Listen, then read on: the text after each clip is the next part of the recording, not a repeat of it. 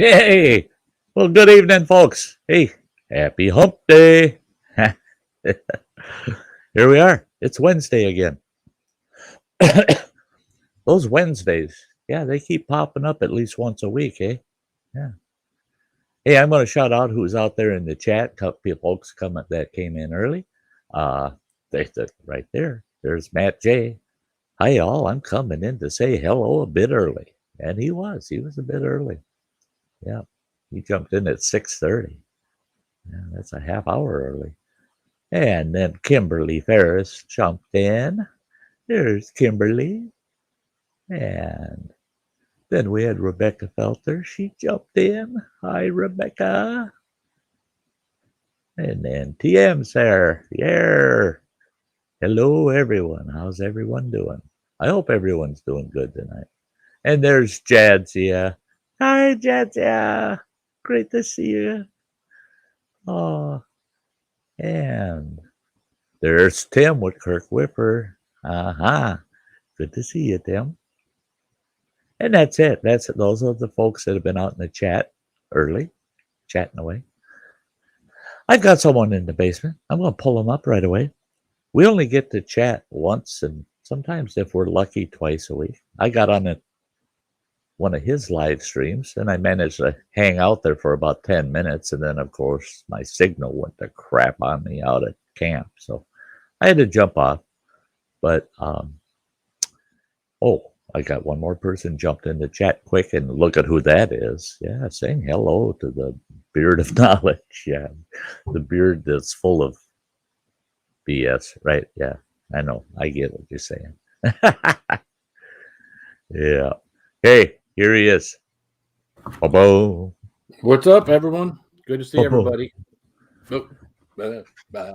Ba-boom. I don't have intros like you do, you know. No, but I'm thinking about that this winter, fixing that problem. I think I'm going to have to work on that. Yeah, I'll have the whole winter to play with the YouTube channel and tweak and you had all summer to play with yourself. So hey, what's up, Kimberly? Hey.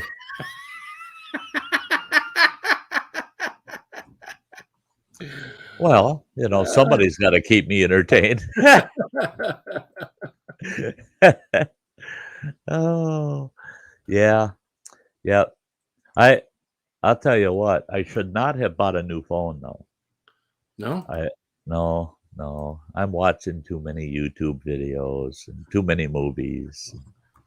That bad? Well, you know, I'm living in a campground, for crying out loud. You should think I would do some campground stuff once in a while. There's nobody there. Well, I still love the outdoors, you know. Hey, Peppers in Kentucky Living's in the house. Great to see you, buddy. But yeah, well, the other night, I do have to admit, I started my campfire at 5:00 in the evening. Well, hell, it don't get dark until about 7:30 now. That's pretty early, actually. It's right. More than 2 hours earlier than it was throughout the summer. But so I started my campfire 2 hours before the sun was even setting. And I didn't even go into my trailer until 1:00 that morning. Oh, really? Yeah, I burnt some firewood, I'm telling you.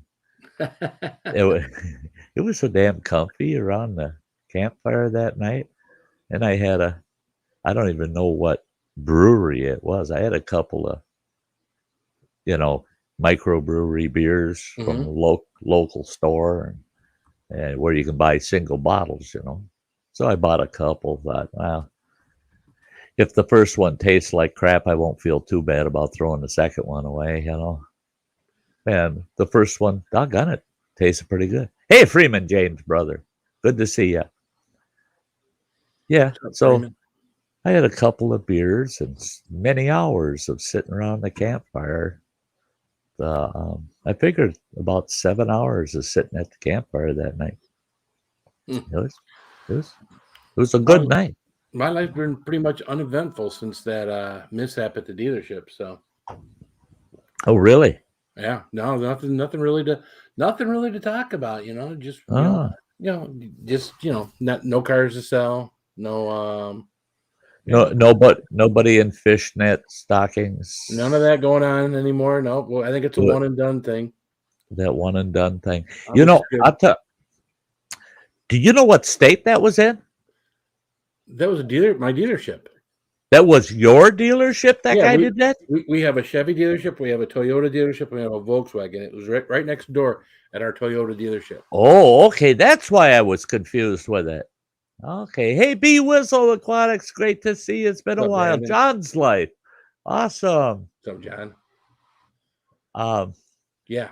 Yeah, that was yeah. that's why it's Okay. such a big. Otherwise, it's just normal freaky stuff going on in the country, which that kind of crap happens all the time. Just never Oh happens, yeah. Not. not where I It work. just don't. It just doesn't happen out in your front yard, you know. Right. But I'll tell you what. When I heard the whole story and I saw the news clips, um, I'll tell you a little quick story here. Real quick one. I haven't told this.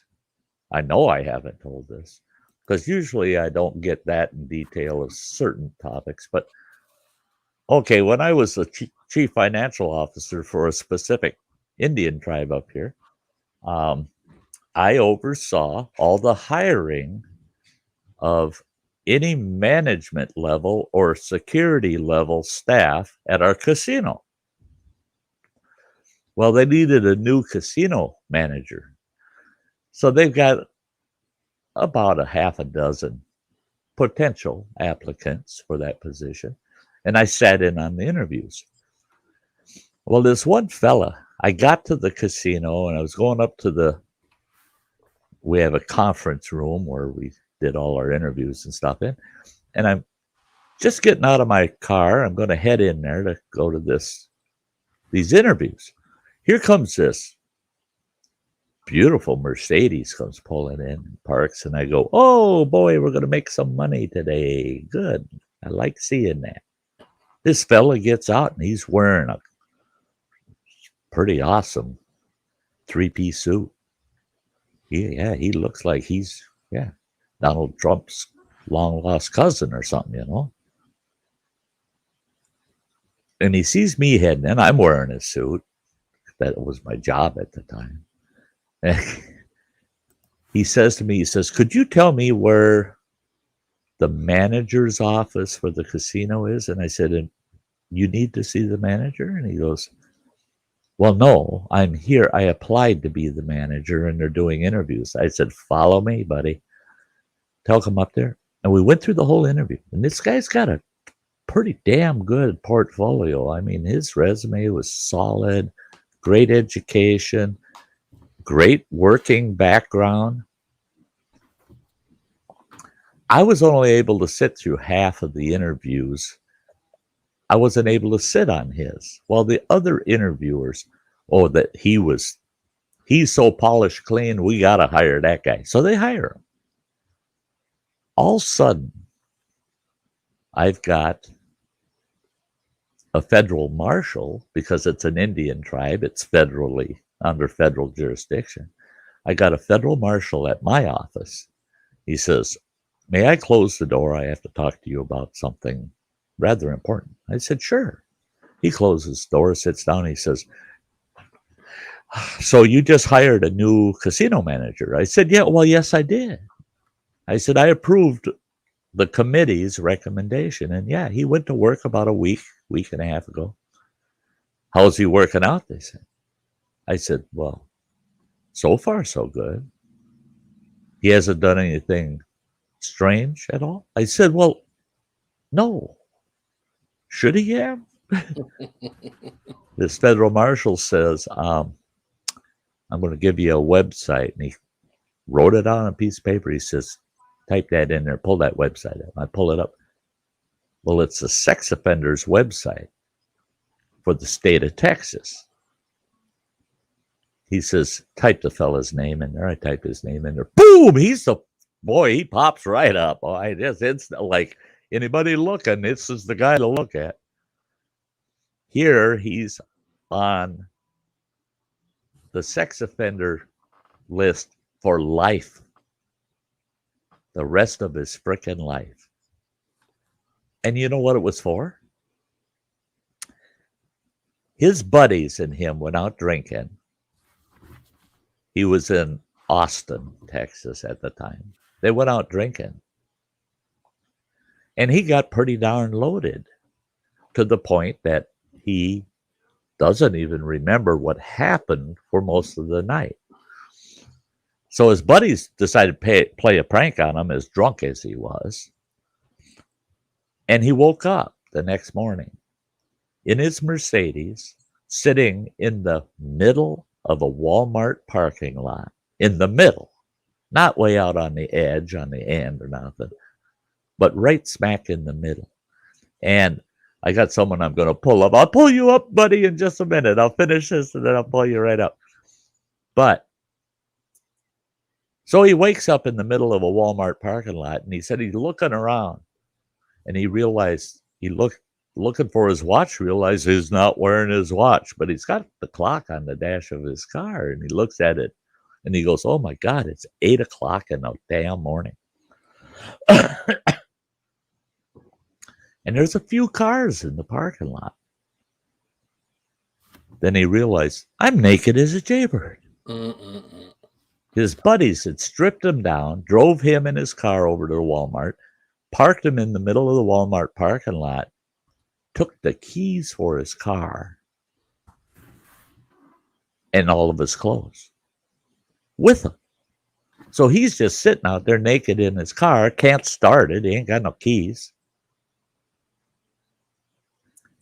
And he said he sat there till about 10:00 in the morning and then realized, I'm in such big trouble if I don't call somebody for help.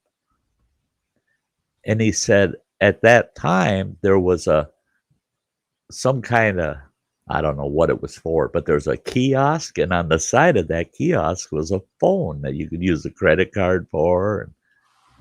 And he thought, I can get out of the car and I'll run like hell over to that kiosk, make a quick call to my girlfriend and tell her, get your ass down to Walmart real quick with some clothes for me and the spare keys for my car. He made it to the phone, made the phone call, hung up, run like hell back to that Mercedes from that kiosk. And here comes a gal walking across the parking lot with a little 6-year-old girl in hand, and here's this guy naked as a jaybird running across the parking lot. Well, guess what? The cops got there before his girlfriend. And that was enough that he's on the sex offenders list for the rest of his life.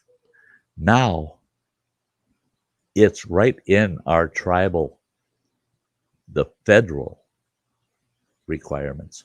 We can't hire him into a management position, even in a casino. Can't hire him for any tribal position because of that. Boy, did I feel sick telling that guy, well, you run naked through the Walmart parking lot. Sorry, you can't work for us. You know, yeah, we gave you a job that pays $80,000 a year, but running naked in the Walmart, you're not even worth minimum wage to sweep our floors. I can't hire you. See, so I wonder with this guy. And what Michigan's going to throw at him, you know? Well, he got indecent exposure. Yeah. So because he never left his car, he was inside his vehicle. I mean, of course, they brought him outside of his vehicle, but when they brought him outside of his vehicle, he still had his thong on and his fishnets. He was shirtless, but there's nothing wrong with being shirtless, and there's nothing wrong with fishnets on the right person. But now, wait a minute. You know, one thing that I thought, oh my God, how lewd and ridiculous. This guy's a moron. And on. You've watched the Walmart videos. There's people that go shopping dressed like that. Mm-hmm. Yep. You don't hear about that on the freaking news that they're arresting him. It's a big deal. I guess you can buy Chinese shit at a Walmart dressed like that if you're a guy, but you can't go to a car dealership and do it. That's way out of the line. If he hadn't been exposed, what's up, Dojo? Hi. Hi. If he hadn't been, if his genitalia had not been exposed in the front seat of that car, he'd probably just gotten, a slap on the wrist or something. All it would have been was hearsay from the salespeople. But he was still, yeah. Yeah, that's crazy. Hey, Dr. Smith, good to see you. Yeah, that's crazy. That's crazy. Okay, now, who's seen inside the car with him with his junk? Probably about 3-4 people. Were they all employees at the... Mm-hmm. Were they walking up and going, "Oh yeah, it is showing"? Well, Or... he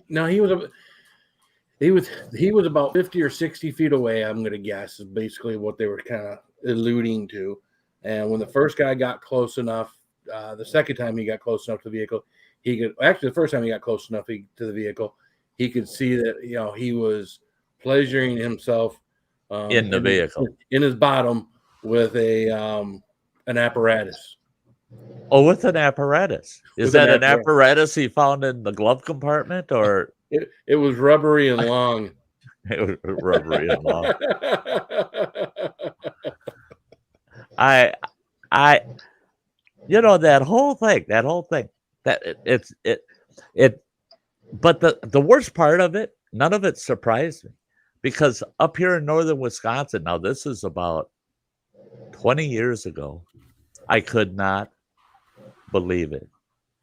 A poor game warden driving down the highway. I'll tell you, it was Highway 2, a major state highway through the state of Wisconsin. Lots of trucking and heavy traffic between Duluth and Michigan. Just constant traffic. And this game warden's not driving down Highway 2, and he looks off to the side, and there's a guy in the ditch humping a roadkill deer. He got on his radio, called Sheriff's Department, said, "Give me some backup out here right away. There's some guy humping a dead deer on the side of the road." They thought he was pranking on the radio, and the dispatcher actually told him, you are going to end up written up for talking like that on the radio. He says, "I am dead serious. You get some more officers out here." He stood there for almost 10 minutes yelling at that guy to stop, cease and desist. Well, he wanted the guy to stop. There's traffic going by. All of a sudden, people are stopping, and he's waiting for backup. When the second squad showed up, it was a state trooper. Well, that state trooper come flying out of his squad, walked right up there, forearmed that guy, and knocked him off the deer. And the state trooper was the first one to say, I yelled at him to cease and desist, and he says, and the guy yelled back at me, "I'll be done in a second." I'm impressed the guy was going 10 minutes. That's what I'm impressed with. Yeah. I mean, he must have really loved that deer. I mean, the guy, the deer kind of was a dead fuck. So, yeah. Well, yeah. Took a little extra work. But the game warden had said that this guy actually asked the cops after they arrested him, "Can I get the deer? I know you guys let people take roadkills. Can I get that deer?" One of the deputy sheriffs said, "No, but you will have a roommate in jail tonight." Well, he didn't want to leave any DNA evidence behind. That's it. Yeah, right. Oh, behind. Yeah. You're not going to leave my girlfriend on the side of the highway, are you? That's terrible. The human race is disgusting. It is. Absolutely. I mean, for God's sakes, I mean, I hope that guy never went and visited the Hayward Deer Park, where everybody feeds tame deer. I hope the hell he never visited there, where after they close the park, they're going, "Hey, wait a minute. Who's that guy walking this way, zipping up his pants? You can't be in here. We're closed." "Oh, I'm okay now. I'm all done petting the deer." Oh, dear. Then the next day, they're wondering why that one deer's always standing with his butt up against a wall somewhere. Yep. I don't like this job anymore. That guy was feeding me something other than corn. Yeah, right. Yep. That's the wrong cornhole, boy. That deer thinking, no, this is the cornhole. This is the cornhole. Hey, Mr. Fulton. The deer was actually alive when he started, but it died of embarrassment. Hey, I was telling Phil earlier before we come up live that today was a really interesting, busy, good day for me. I got to explain it real quick and show you a couple of items. There's only a couple here that I can show, but okay. So, Running Water, my boy, he's in town. He's going to be here for quite a while, too.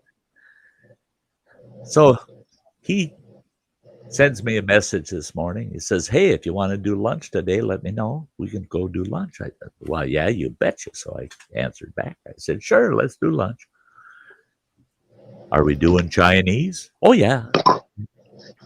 And I said, I'll be over. Do we meet up there or do you need me to come pick you up or what? I said, I'll pick you up at 12:30 if you want me to pick you up. That's good. He says, that sounds good. You got to come here anyway because Joe bought you a couple of things and you got to come and pick those things up. And I got a couple of things for you. I thought, what the hell? It ain't my birthday, for God's sakes. And I said, okay, I'll be there. So I get there a little early and walk in the house. He goes, oh, right there, that pile, those boxes are yours. And here's this big pile of boxes. And I'm like, what in the hell are you guys doing? Well, my youngest boy,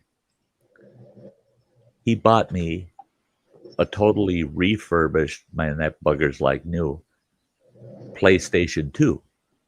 And a couple of games for PlayStation 2 that I didn't have. That's pretty sweet. It's got a couple of controllers with it, everything. I hooked that bugger up and put one of the old retro PS2 games in there, and I'm going, oh, it works like $1 million. I'm thrilled. Why the hell he bought that for me, I don't know. Well, he knew that mine's broke down, and I tried replacing it, and the one I got was junk, so I kind of gave up. So he thought, oh, the old man would love to have a PS2 back. He's right. Yeah, that was sweet of him. Well, also, I got the whole series of Game of Thrones from him. Boy, guess what I'm watching this whole winter? Game of Thrones. Can't beat that. Boy, I was feeling like $1 million. There you go. Yeah. Joe's my bro. He got me Game of Thrones. Yeah. One thing I couldn't get into was a Game of Thrones. You couldn't get into that? No. I read this last book he wrote, which was Fire and Blood, which is the 300 years before Game of Thrones, and it kind of put some of the things in Game of Thrones into context. It was because there is some weird shit about Game of Thrones. It's like, why the hell would they do that? Why would that happen? But that helped me. But so I got those things from him. I believe that's all I got from him. I might have got something else. I don't know. Well, then Running Water says, oh, and I've got this for you. I'll grab it.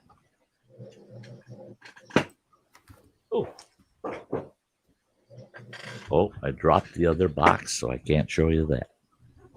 So Running Water gives We can't get that either. Gives me this. Oh, power inverter.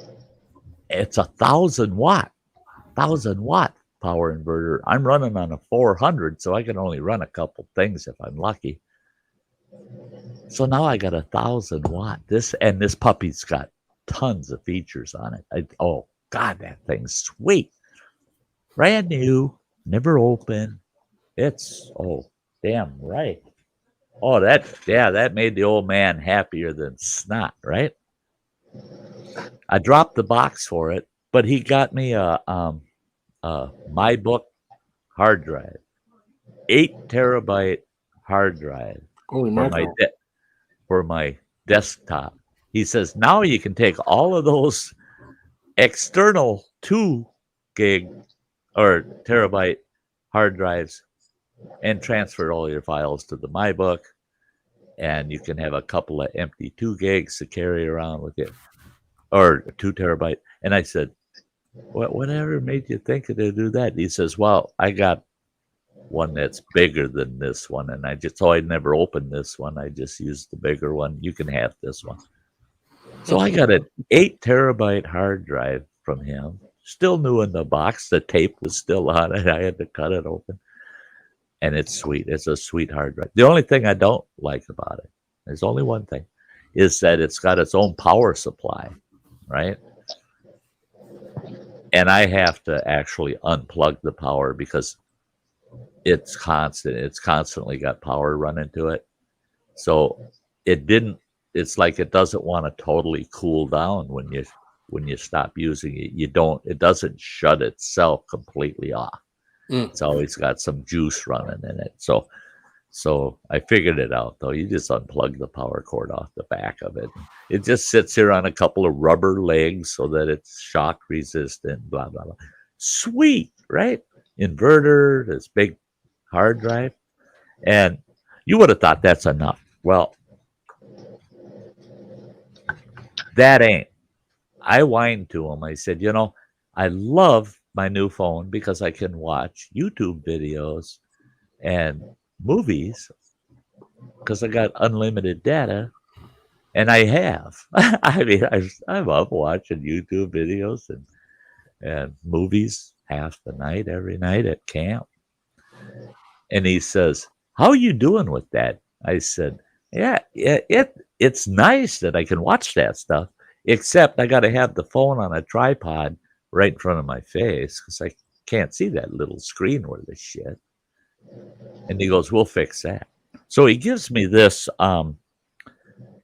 cable creation unit. This plugs into your phone. It's got a power supply port, and you got a C USB cable for that to plug into a power source. It's got a headphone jack in it, and it's got a serial port and an HDMI port in it. And I tried this thing about an hour ago, plug it in my phone, put the power to it, fired my phone up, had it hooked up to my 26-inch monitor. I'm watching YouTube videos on my phone on that 26-inch monitor like $1 million. Nice. So I told him, I said, I love this. The only problem is boy, it makes the phone run hot, to sit there for a 2-hour movie, or I'm watching a live stream for a couple hours or more. That phone gets really hot, and you got it plugged into the power constantly. He goes, oh no, I thought of that. Where'd it go? What the? Oh, there it is. Aha. So he says, no, you're okay on that. You won't have the phone running hot anymore. He gives me this bugger. Little fan. It's a dual fan, and it's weird because it's got this. It's a metal back on it. Okay. And you mount this thing, it's got the spring clips on it. You mount this, like a selfie stick. Yeah. And you attach that to your phone with this steel panel on the back of your phone. I put the power to this thing, turn it on. You can barely put your finger on that pad. It gets so damn cold. You can hardly touch it. It's so damn cold. He says it wouldn't fit my phone, but I thought it might fit yours, so I hung on to it. And I was looking at it, and it's got a power inlet and a power outlet on it. So you plug your power into the one side of it, out the other side goes into your phone for the power. Well, if I'm running this thing so I can do it on the big screen, this thing the power feed of it, that cable goes into the fan and then to this thing, which is sitting on the table next to you. And then this thing jacks into my monitor. Now my phone runs super cool, and I'm watching it on a big screen monitor. Sounds like it's easier to buy a smart TV. But here's the. Hey, now wait a minute though. Wait. But here's the key. Once this is all hooked up, the cables and everything, all you do is unplug the cable off the phone and take this off of it like it's a selfie stick, and you stick your smart TV in your pocket and go. There you go. I want to see you stick your smart TV in your pocket and go. I don't have a smart TV. The living room TV is a dumb TV. The TV I had down in this room is a dumb TV. Our bedroom TV is a smart TV, and my kids all have smart TVs. I have dumb TVs. I need to upgrade the living room TV. I'm thinking you should probably blame the owner. Hey, yeah, I've been bitching about him for a long time. Joey Mayberry. So, hope you're doing good today, Joe. These weren't cheap toys either. And this boy says, "Oh, here you go, Pop. Yeah, I got power inverter, hard drive, and these 2 toys." Well, then that wasn't good enough. He gave me a. Call back. They're out in the truck, but he gave me this big bag of this kind of custom company that they've been making for a long time, I guess. But these pretzels that look really delicious. I can't wait to try them. He gave me a baggie full of Reese's peanut butter cups, 4 different flavors, different types, and Reese's cupcakes. Gives me a baggie full of those. What the hell else did he give me? He gave me something else. Oh. He gave me lunch. Oh, I bought you Chinese too, huh? Yeah. We go to the Chinese restaurant for lunch, and I was ready to spring for it. And he told the waiter, he says, "Put it all on one tab and make sure I get it." I go, "Oh, no." And he goes, "No, I'm buying. Well, okay, sure, okay. You know, it's not as if you ever give me anything, you know. I walked out of the day smelling like a rose, got away with everything like a bandit. I mean, I can't beat it. My boys are so damn good to their pop, I tell you. And I never seen this coming. I never seen any of this shit coming. They just, I guess they can read me like a book. Or Pop would really like or want that, but he'd never buy it for himself. He ain't gonna do it. So they'll go and buy it for me, and then they say, "It's a gift, so you're fucked. You gotta take it." They're warming you up. They're rarely warming you up for your nursing home. That what? Rainwater's the first to admit he buys me this shit because he knows he's getting it back when I croak. You know. Well, there you go. I mean, so you just kind of loaning it to you. That's it. He said, "You take such good care of your stuff." He says, "I'll get all this shit I bought for you back, and it'll be like new condition." He says, "Yeah, I'm really buying it all for myself." I said, "But some of this shit you're duplicating." He says, "Well, if I don't need it," he says, "I know Joe will take it." Well, my 2 girls are going to just kill those 2 boys. I know it. Because those 2 boys are joint executors for my estate when I croak. And they're going to tell the girls, "You get everything that's frilly." Well, that might be some old girlfriend's panties or something, but nothing else I own is frilly. So them girls are going to get pretty upset when them boys say, "You can have anything that's frilly, you know, that's more girly like, you know. Otherwise, we get everything else." Oh, they'll be fair with the girls. I'm sure they will. Yeah, they'll split whatever money is involved with them, and that's about it. Yeah, I know they'll be fair, but they're not going to like being fair. Yeah. They'll do Nobody it. They wants won't like it, but they'll do it. They'll be fair to the girls. Yeah. But, I can't see Running Water, not being fair with his sister. I don't know Joe, but Joe would be the more fair. oh, okay. And one sister, he wouldn't give her anything that he felt was going to get trashed or ruined or something because there's a history there. The other sister, he's not going to give her anything of instant cash value. He'll give her a lot of memorabilia type items, I've got antiques and the like here at the house, and so she'll get some pretty valuable heirloom items out of the deal. The boys are going to take the electronics and stuff. That's what they're really into anyway. They'll take the electronics, my truck, and the trailer, and basically tell the girls, do whatever you want with the rest of the shit, Hi, Kathleen. Good to see you, Jack's grandma. Kathleen Dojo's here too. I know you might have forgotten what he looked like, but that Dojo's here too. Yeah. Yeah. I guarantee you that he's not animatronics or whatever the hell they call No, him. I'm real. He's real. He's the real Dojo. Yeah. Oh, okay. That's why I came here, because Phil threatened me with a knife. Uh-huh. Yeah, I sent you the link Monday night thinking, well, maybe if he's around, he'll come up. So that's cool. That's cool. You're in he's in our group, isn't he? When I send that link out in our I don't know. Facebook you group? Yeah, I'm in the group. That's why I got it. Okay, because we have so many threads that have this person and don't have that person, and then I go on there and just the way you look at the thread to see who's all in it. I keep forgetting, how do I see who the hell's in that thread?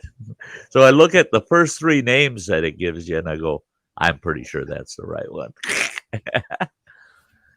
Well, for the longest time, I was sharing out someone. It was like the last thread that we had used, and it had all of us in it, but it didn't have E-Waste Mike in it.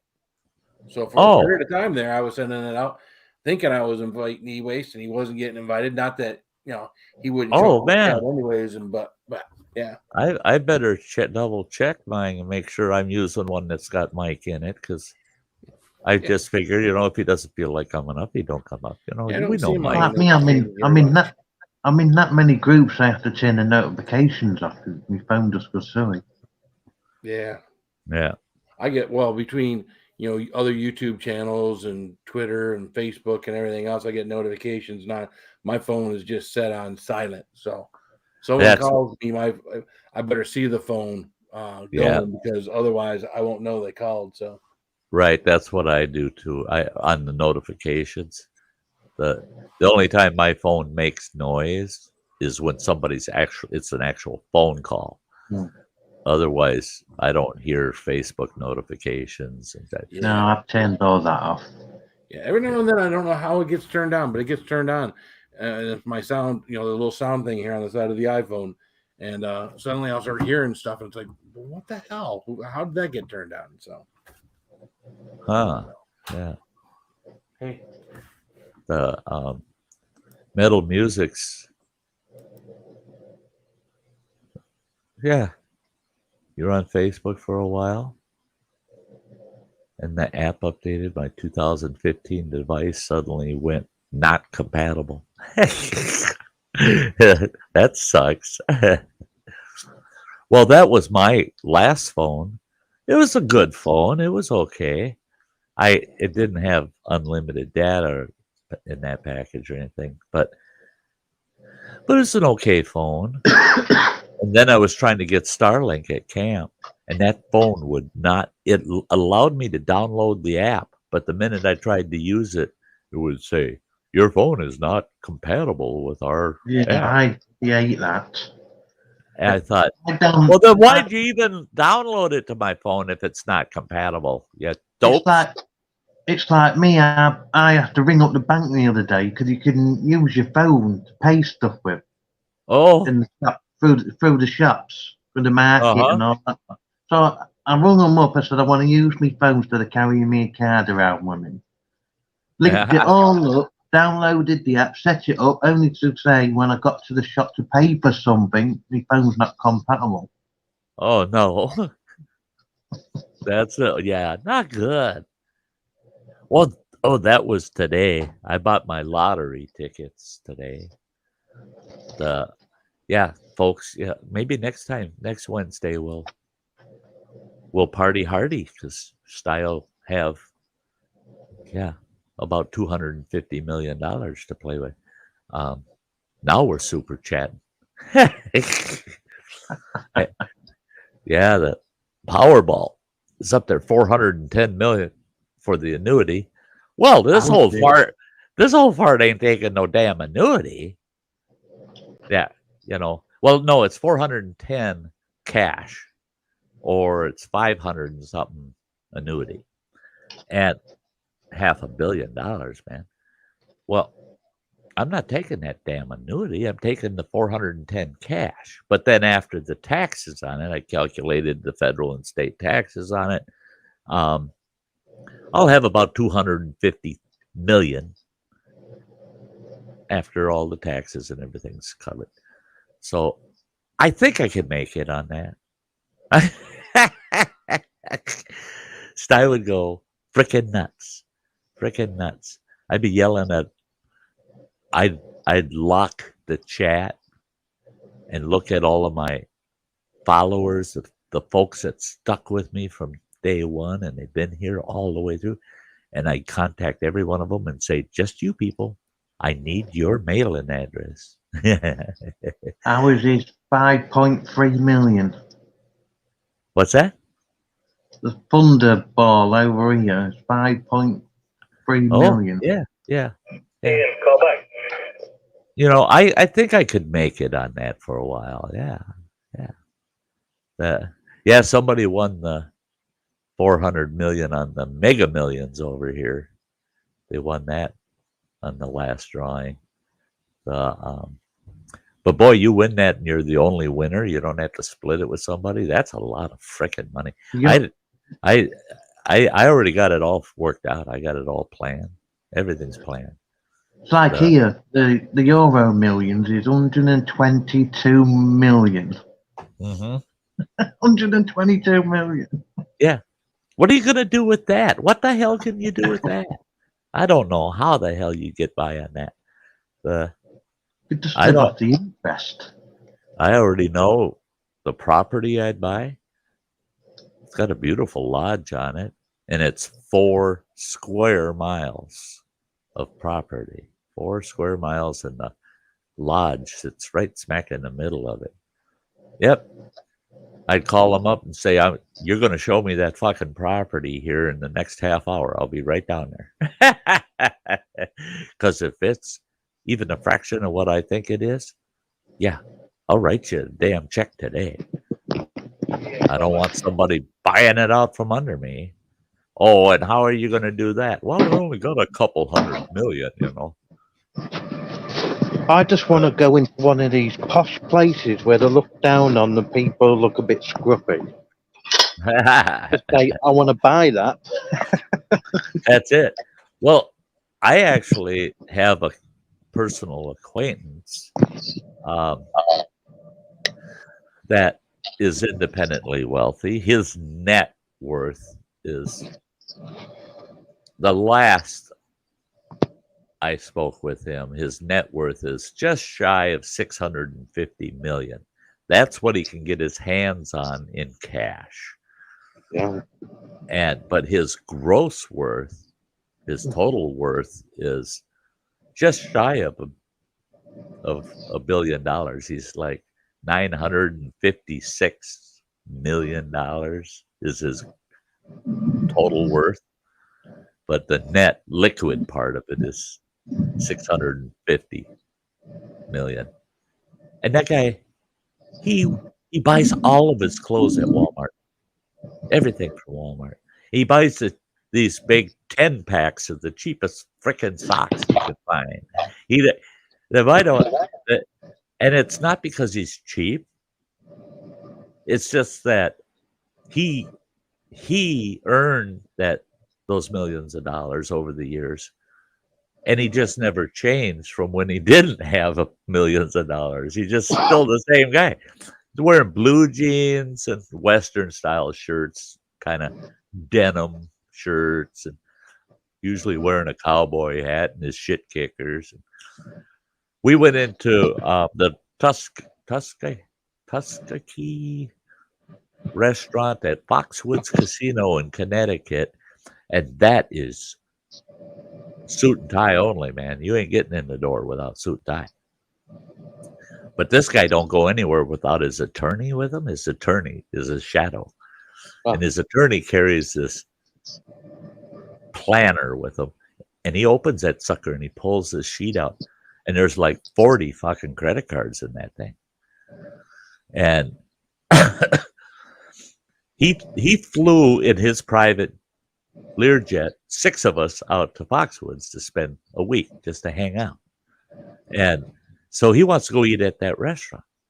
We get there, all of us are wearing jacket and ties. You know, we're dressed for it. You know, we know where we're going. You can't get in there without a jacket tie. It ain't happening. He looks like some half-ass homeless cowboy. And he walks up there and he goes, yeah, I need a big table. He says, I got 14 people with me. We need a big table for all 14 of us. And that maitre d' says, you're not coming in. You're not coming any closer than you already are. And he goes, you're telling me I'm what? Not getting in there? And he goes, not dressed like that.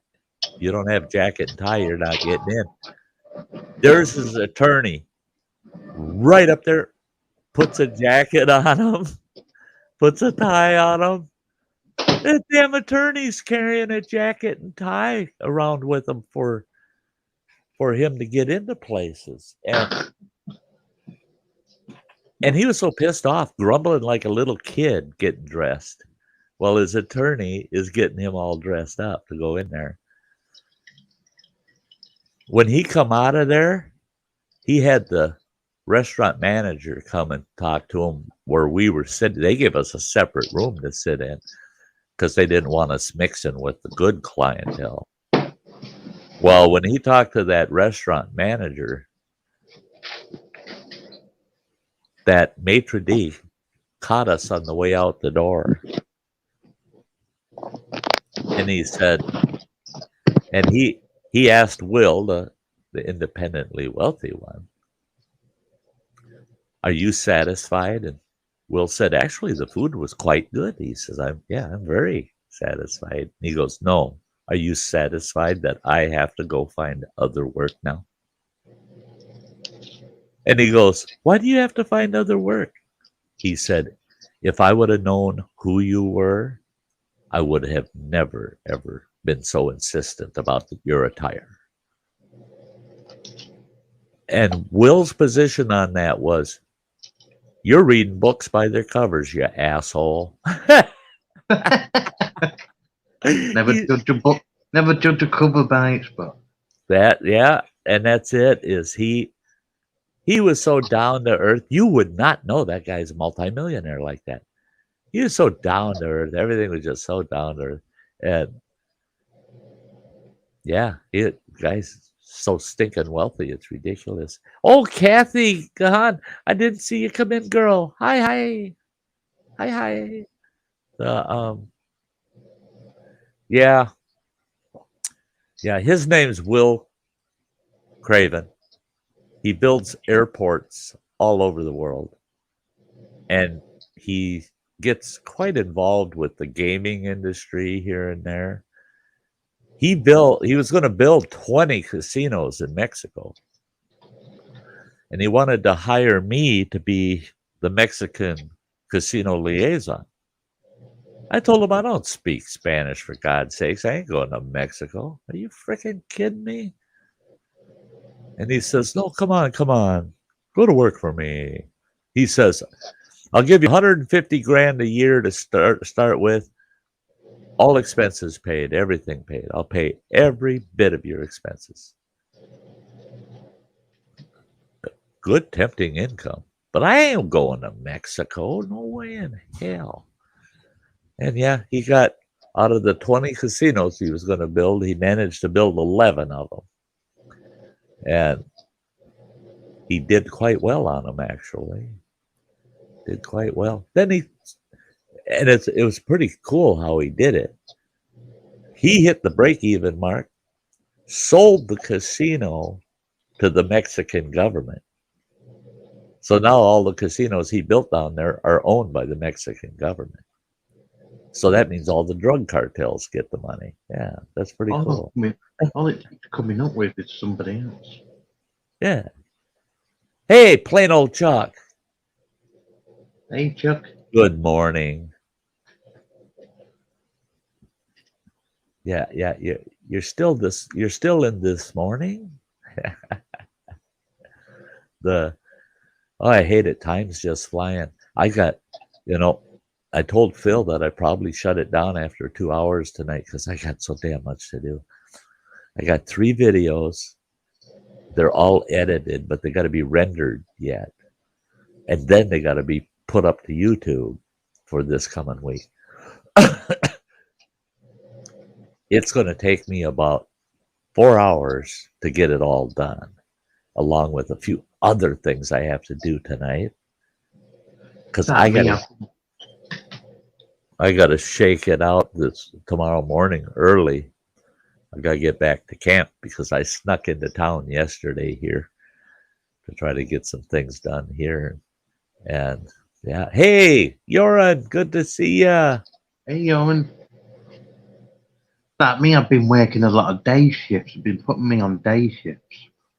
That ain't you. What?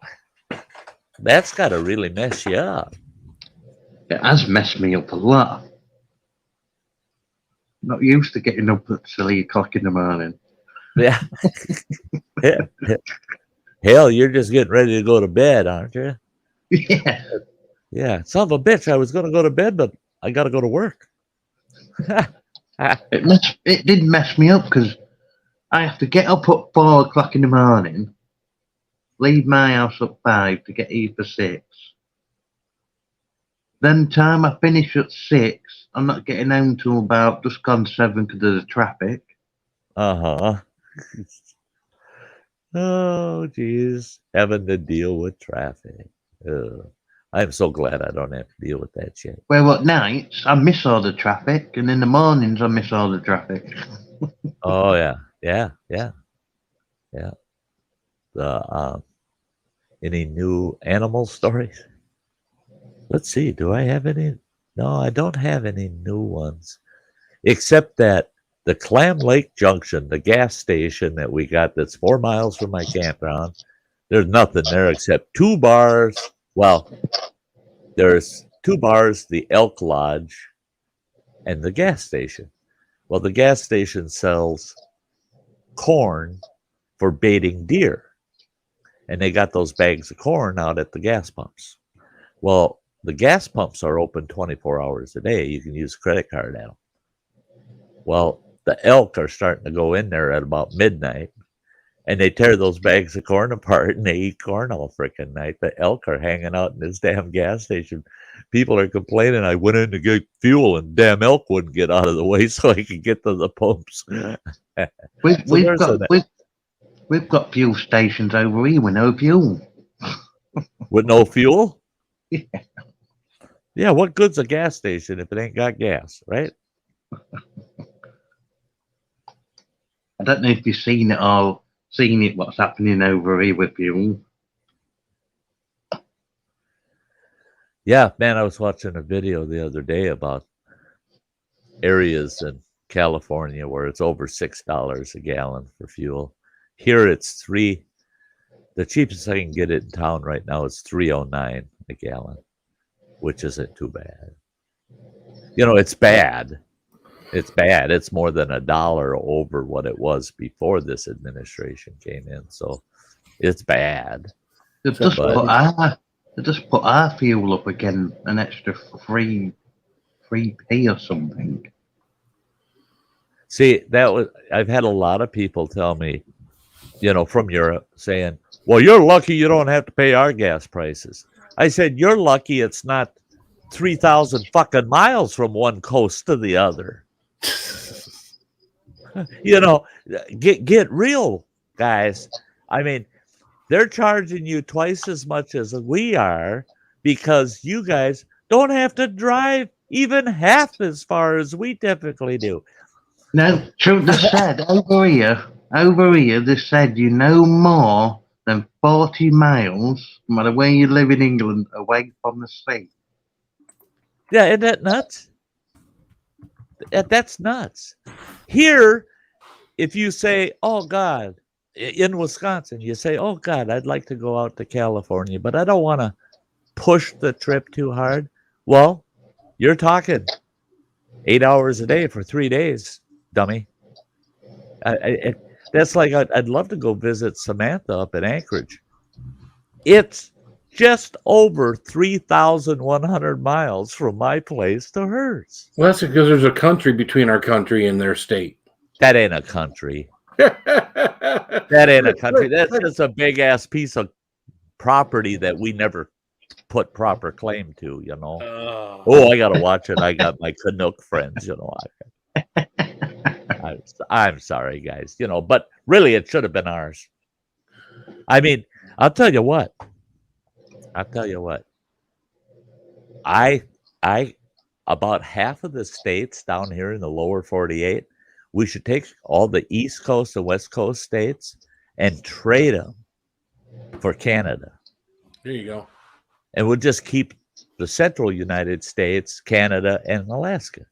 Well, I was good with that.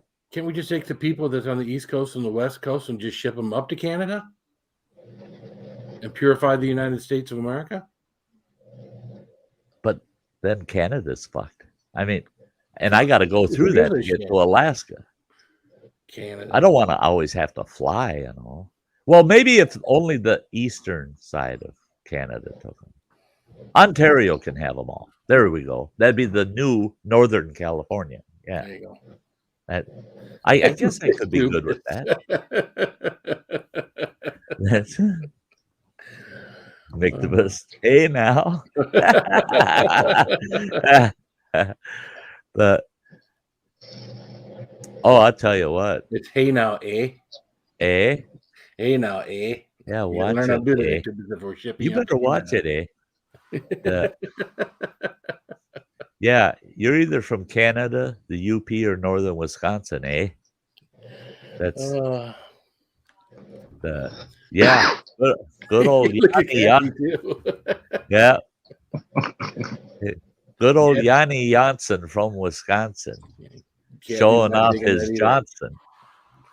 You got Yanni Janssen from Wisconsin showing off his Johnson. Yeah, that's the only time they pronounce Johnson correctly. Yeah.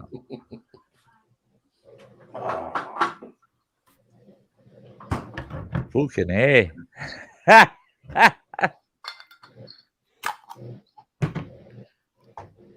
Yep.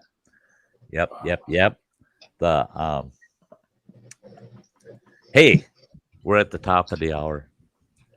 Easy on Ontario. Yeah, I know, Kathy. I'm teasing. Hey, Blackbird, good to see you, Raven. Hey, it's that time. It's top of the hour. I gotta run this for my members. They help keep the channel alive, especially through the summer when I don't get to be at home live streaming all the time. So this takes 1 minute. Don't anybody run off.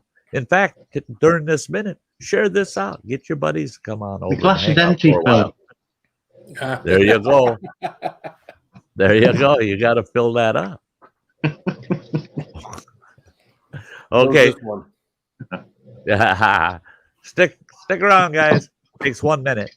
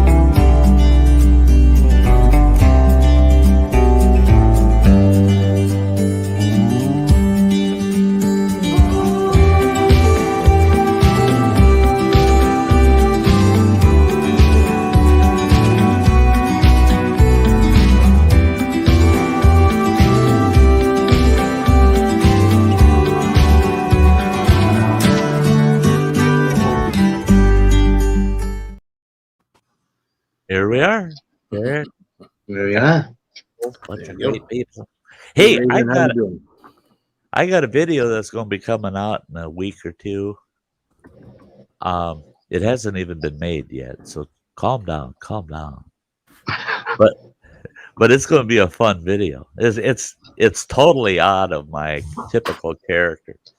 Running Water and his daughter, my granddaughter, are coming down to see me probably on Saturday this weekend.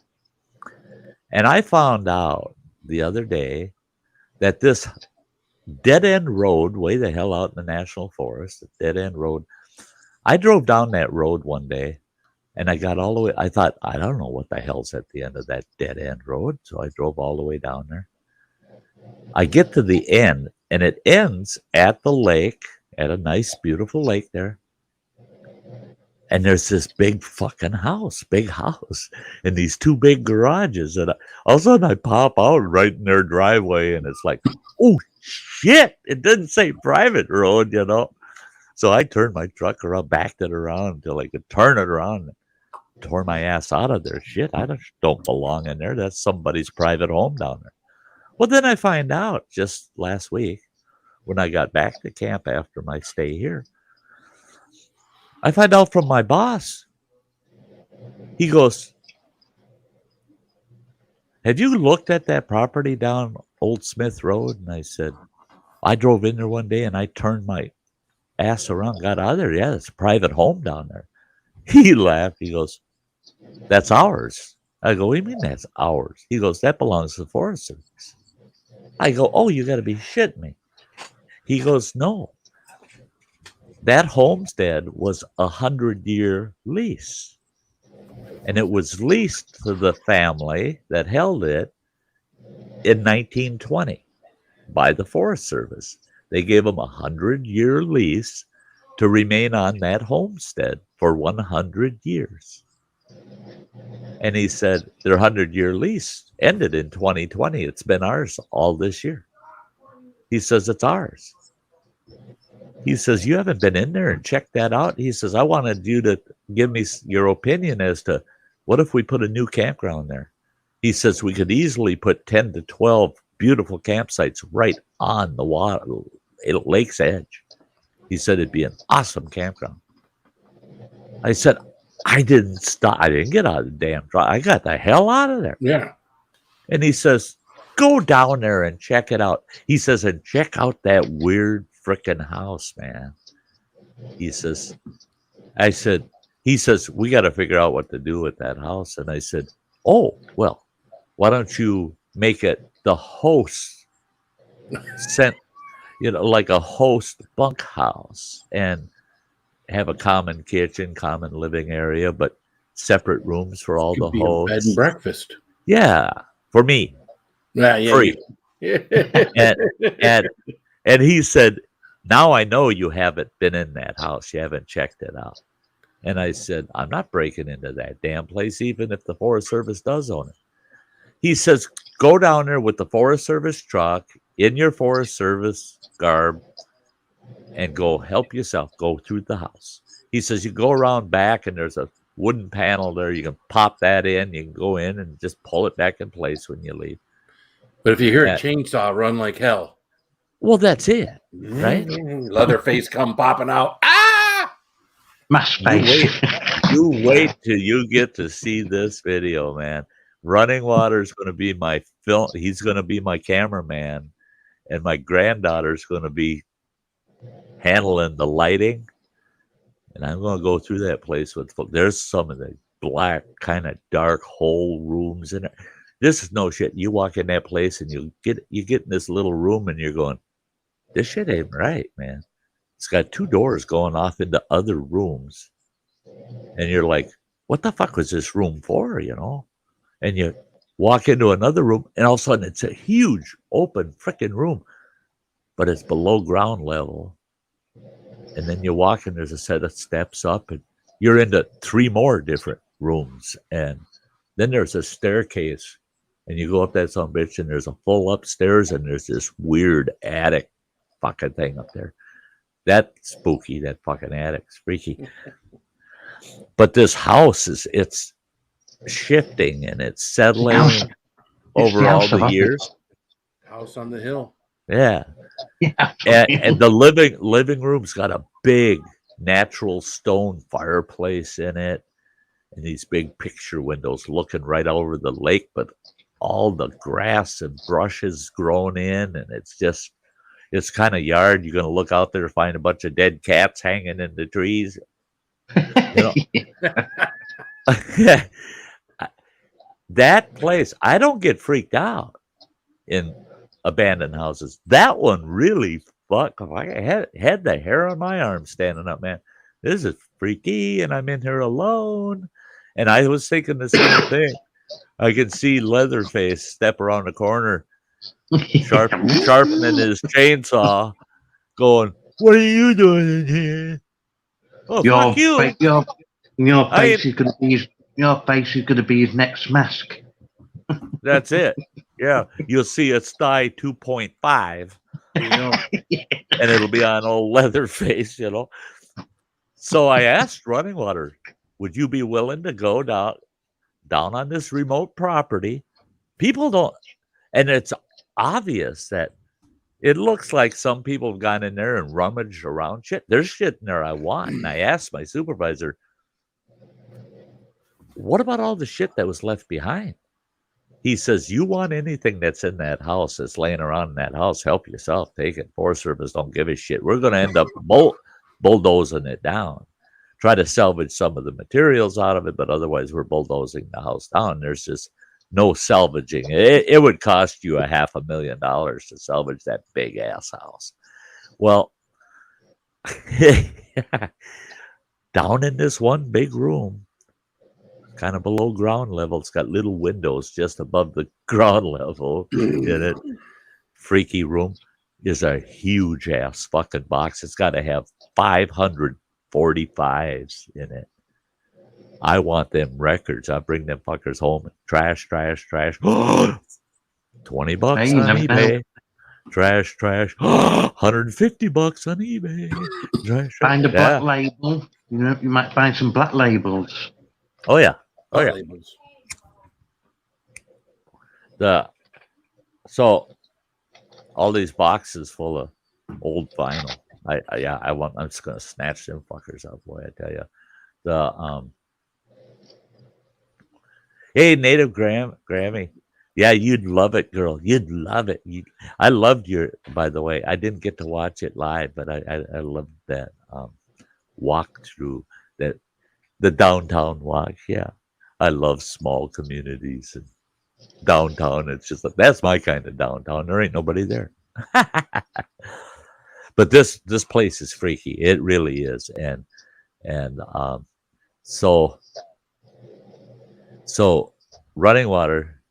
He texts his daughter. She's going to be up here to visit on Friday, and she's staying the weekend. So he texted her and said, "Hey, girl, while you're here, you want to go down visit Grandpa Sty, and he's going to take us to a haunted house." How old is she? What is she now? Oh shit. 26, so she's 25. Okay. Yeah, she's still a young girl compared to this old fucker, you know. Right. But that is my granddaughter, that old. But she's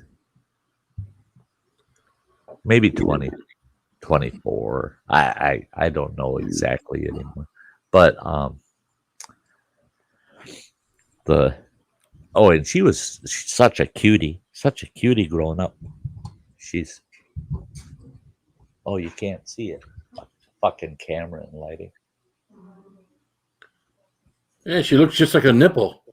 Yeah, doesn't she? Oh, fucking lighting. That's her. Oh, okay. God damn lighting.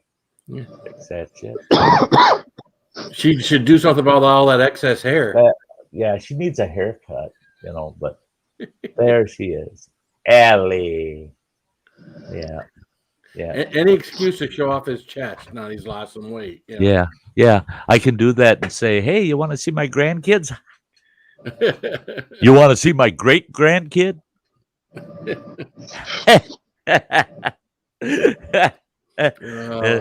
Yeah. He's kind of a tall, skinny fucker, but I got to take done an overnight in an abandoned haunted cabin on Mother Nature's channel. It was a blast. Yeah, I've been in what was technically considered haunted abandoned homes. One was out on a big farm, and it got to the point where they planted corn right up. I mean, the corn was only about maybe 10, 15 feet from the edge of the house all the way around. The house was surrounded by corn, and you had to walk through the corn to get to the house. I mean, they didn't leave. They plowed the driveway, everything, and planted corn right up to that freaking house. And it was a big son of a bitch. Had 7 bedrooms in it. It was built in 1860 something. Great big son of a bitch. Had big round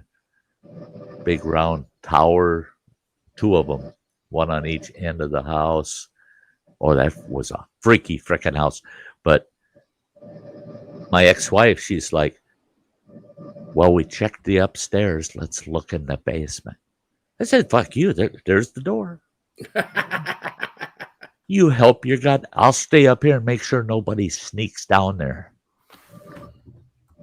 It's not who could sneak down there that I was worried about. It's who is down there. And she's a dope.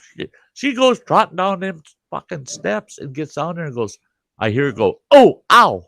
And I go, what? What's going on? She goes, there's no light down here. I can't see. I said, well, that's a bummer. She says, you got the flashlight. Get down here with it. I said, I ain't going down there with or without a flashlight. You're fucking nuts. Get the hell back up here. She wouldn't come up, so I went down, got to look around. That basement had all field stone walls. Looked like old castle walls in the basement. Sure. But the wall was weird. You go down one side of that. It was a big house. It was about 80 feet long, that house. Down that first big long wall, it only goes down about 60 feet. And then there's a wall that comes out from that wall. And I thought, no, wait a minute. This house is a lot longer than that. Flashlight. Oh, no, it comes out from that long wall at about the 60-foot mark, and it comes out about maybe 16 feet, and then it keeps going until it gets to the 80-foot mark. So there's a 20-foot by 16-foot room behind that wall. There's no fucking door, but it sat about a foot below the floor joists upstairs. It was a foot lower than all the rest of the walls. The ex-wife's grabbing shit. She goes, here's an old milk can. And I said, what are you going to do with that milk can? She goes, I ain't doing nothing with it. You are. Get up on that son of a bitch and shoot the flashlight in there and see what's in that room. Fuck you. What's this? And she goes, come on, we need to find out what's in it. I said, what's this wee shit? Did I say that I want to know what's back there? No. So there's none of this wee shit. And if it was wee shit, why are you spelling it with an M instead of a W? Because it's me you want to stick my head in there. Bullshit. She finally talked me into it. I looked in there, and oh, yeah, that was freakier than shit. Now, why in the fuck would there be like a workbench kind of affair and a table and a chair in a room that has no freaking doors into it? There are no doors. There was no doors. No windows. No. Now, we rented a house once. You get to it from upstairs? No. We searched that place. There's no trap thing in the floor? There's no trap doors in the floor. There's no staircases. Nothing into that room. Well, that's where they I rented this big Victorian house here in Ashland, and We looked at the whole house 80%. The upstairs, the 2 floors upstairs, beautiful old Victorian home. Beautiful. God, it was beautiful. Go down in the basement, big open basement, and it had a side room that they used for like putting canned goods and shit in, you know. It's like a root cellar, but in your basement. Basement was big and roomy, the laundry area in the basement. The wife loved that. So I leased the house. We move into it. Well, we're too busy moving shit in to explore any more than we already had, right? Finally get settled in the house, and all of a sudden I hear the wife down in the basement screaming like a banshee, "Get down here, get down here." I run down there and I go, "What in the hell are you screaming about?" She goes, "Look at that door. Did you notice that door?" And I go, "Actually, no, I didn't notice that door." I said, "I don't know what that is."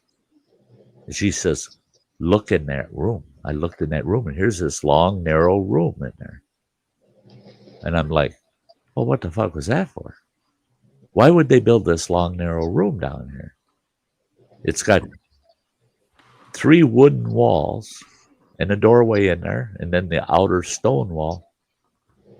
And it's got 1 window that was boarded up. And I thought, what's this room for? There's no shelves, nothing.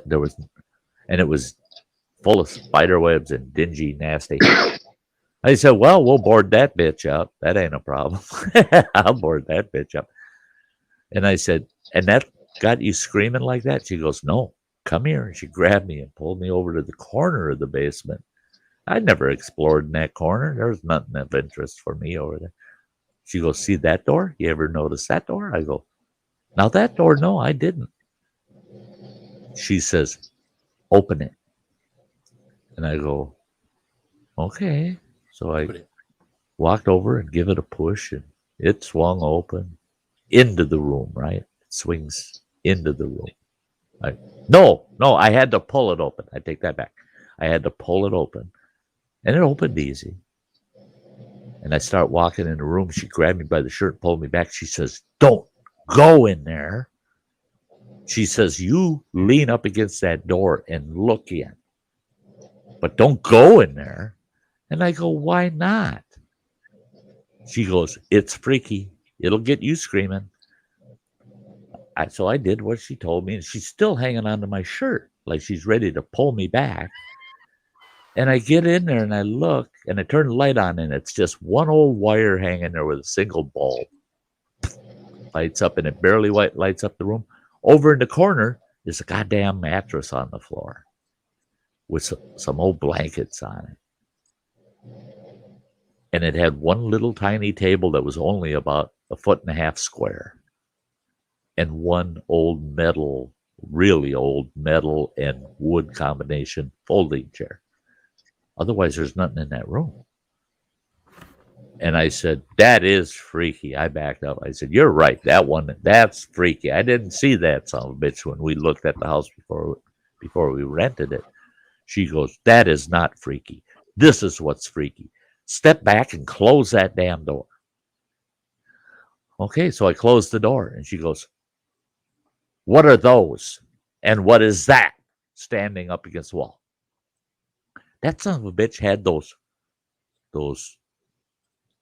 L-shaped metal, flat metal bands mounted to the door jamb. And right next to it, you drop a goddamn board across it. It's on the outside of that room. Why the fuck would you be doing that on the outside of the room if you weren't trying to keep something in? Oh, I tell you what, our imaginations went just ape shit for about 6 months in that house. And that room was located just kitty corner underneath the kitchen of the house. And our kitchen was huge, fucking huge. And you'd be in that kitchen, you'd hear in the basement, clunk, clunk, fuck! And she'd yell at me, is that door still locked? What are you fucking right? It's locked. It's also got about 50 goddamn 16-penny nails in the door and the door jamb. I don't even want to know what they had in there that they were locking, Who put they had in there. that crossboard across that door on the outside of the room so that whatever was in there couldn't get out. Was it so it couldn't get out or couldn't get into the rest of the basement? You know, were they trying to keep somebody in? That's evil or not? Or was Well, just obviously it or said was that's there what it is. somebody in there that you sure the hell don't want to let out? Anyway, I'm going to drop down now. Okay, buddy. Hey, thanks for coming up, man. See you, Anytime. Jojo. See you soon. See you, man. Yeah. That house, the one room really freaked us out, boy. Native Granny just Now, left. see me, I couldn't live in that house unless I had gone through every nook and cranny and know exactly where I'm staying. I couldn't have a room like that in my fucking house that I'm not in. That shit. I mean, I would have to go down there. I'd have to strip the room out. I'd have to, yeah. And there's no way I could live in that house. I didn't know anything. Just undo it. Yeah. Try to undo everything the best you can, right? Yep. We had an old farm. We had an old turn of the century farmhouse. That son of a bitch was haunted. We knew that shit. That fucker. At night, you'd be sleeping, and then all of a sudden you'd hear literally the pitter patter of kids' feet running down the fucking hallway upstairs. It was all hardwood floors throughout that whole house, and you'd hear like bare feet, but of a little kid down the hallway. And it would run from one end to the other, and then be quiet for a minute or so, and then you'd hear dump, dump, dump, dump, dump, dump down the fucking steps into the living room, down the big staircase. My ex-wife, there were times where I'd tell her, why don't we get up, go downstairs, make a pot of coffee or something, just fucking sit up for a while and get over this shit. And she'd say, no, I ain't leaving this goddamn room until the sun is high in the sky. I'm not stepping out of this room. That whatever frickin' spooks in the hallway is waiting for us. And yeah, that house was pretty haunted. Like, yeah. Yeah, see, I've never experienced any of that thing. I've never experienced anything paranormal. Never experienced anything like a haunted house. I've never experienced anything like UFO or any of that. Any all this stuff that no Bigfoot. No, I've never experienced any of that. So yeah, I'm skeptical. Well, I don't blame you. I'm still skeptical. I'm still skeptical because one of our Victorian homes that we loved, we lived in probably 5 different Victorian homes over the years. One of them, literally, you sit in the living room, and when you walked in the house, it had a foyer. And then from there, you walked into a den. And from the den, you walked into the living room. From there, into the big formal dining room. From there, into the big-ass kitchen. Beautiful Victorian house. But in the living room, it had this really wide, awesome, polished oak staircase that went up to the upper floor. Well, that house technically was 3 stories because the so-called attic, the lowest part of the ceiling in the attic was 6'4". So it literally was an extra, a 3rd story. And the floors were finished up there, but they never insulated and finished off the attic area. Well, that house was fucking huge. And that staircase came up the stairs and ended where it ended. If you walked straight ahead, that was the master bedroom. And there was an additional small staircase that went up to the master bedroom, separate from the big main staircase. That came into this big round tower on the corner of the house. And there was like a sitting room, a reading room or whatever, off of the master bedroom. Freaky, right out of Stephen King kind of shit, right? Well, the attic door That's the first thing I did was I cabled that bitch shut. I don't want anybody being able to come through that attic door down them fucking steps to the upstairs and then down the steps into the living room. Well, you sit in that living room and you'd hear, oh, I take it back. That big staircase was located in the den, just on the other side of the wall from the living room. But from the den to the living room, it was a big oak archway, curved archway, huge, all polished oak, beautiful. But you'd be sitting there almost every fucking day. You'd be sitting in the living room in the evening, and all of a sudden you'd hear it. Here comes somebody down those steps. Well, they're old oak, polished oak steps, and you can hear the creaks and the steps, of somebody coming and going. Even if they're in their socks, you can hear them. You can't sneak up and down them fuckers. They're too noisy. And here comes somebody down those steps. You'd hear it. Dun, dun, dun, dun, dun, dun, dun, dun. Then they'd stop. And you know by the number of steps, they're stopping on the landing because they came down the outer wall. There was a landing, turned, and came down into the room. You'd hear the steps stop at the landing. And it'd be about a half a minute or so. Then you'd hear them coming down the last set of steps into the room. Dunk, dunk, dunk, dunk, dunk. And it's like you're staring at the den. Fucker's going to come around the corner. You know it. But the fucker never did come around the corner. You just hear him come down the steps. And then all of a sudden, it got dead quiet. The next morning, you're having your first cup of coffee before you're going to get the hell out of there to go to work. And you hear that son of a bitch go from the den back upstairs. Dun, dun, dun, dun. Dun, dun, dun, dun, dun. We listened to that shit for a year. And I mean, it got to the point where we'd run to try to catch the ghost, I was doing something in that den one day, and I heard the first couple steps. Dun, dun, dun. And so I spun around to take a look. And they're still coming. Dun, dun, dun, dun, dun, dun, to the landing. And and it hesitated about 30 seconds, and then dun, dun, dun, dun, dun, on the last part of the steps. I didn't get to see no fucking ghosts. All I heard was the footsteps. The light came on. As I was hearing those footsteps come down, there's a window in that stairwell, big, tall, narrow, Victorian-style window. And it's the way the house is set up. As the sun goes by in the evening, it passes that window really quick. I mean, within 1 minute, the sun is past that window. This goddamn beam of sunlight hitting that fucking staircase, stair by stair by stair, all the way down to the landing until the sun gets far enough. And then it heads from the landing down into the den, and then the sun's beyond the window. All it was the stairs were expanding from the heat of the sun hitting each step on the way through and back down.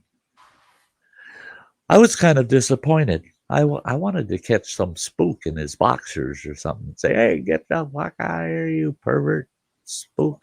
But I always think there's an explanation for everything. Yeah, that a logical explanation.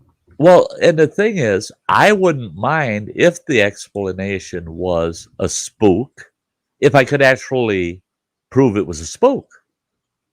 If yeah, no doubt that is. Look at that spook. I mean, look at the guy. You can tell that's not living. That's and yeah, he's doing shit. You can see it. You can almost touch it. It's real. That's a real spook. But I haven't been there. I've never. That's like with Bigfoot. People ask me, "What do you think, Sty? Do you believe in Bigfoot?" I've seen the signs. But I'll tell you what. There could be a Bigfoot. There could be. I've seen the sign. He's left sign. Or maybe he didn't. Maybe it wasn't him. So until until that son of a bitch shows up and grabs my Jack's jerky and runs off with it. I'm sorry, guys. I'm not going to commit myself to there is a Bigfoot. Nobody has actually proven him to me. He grabs my Jack jerky. There won't be a Bigfoot. That's yeah. I'll kick your ass. Don't touch my jerky. Hey, Mystic Bunny. Yeah.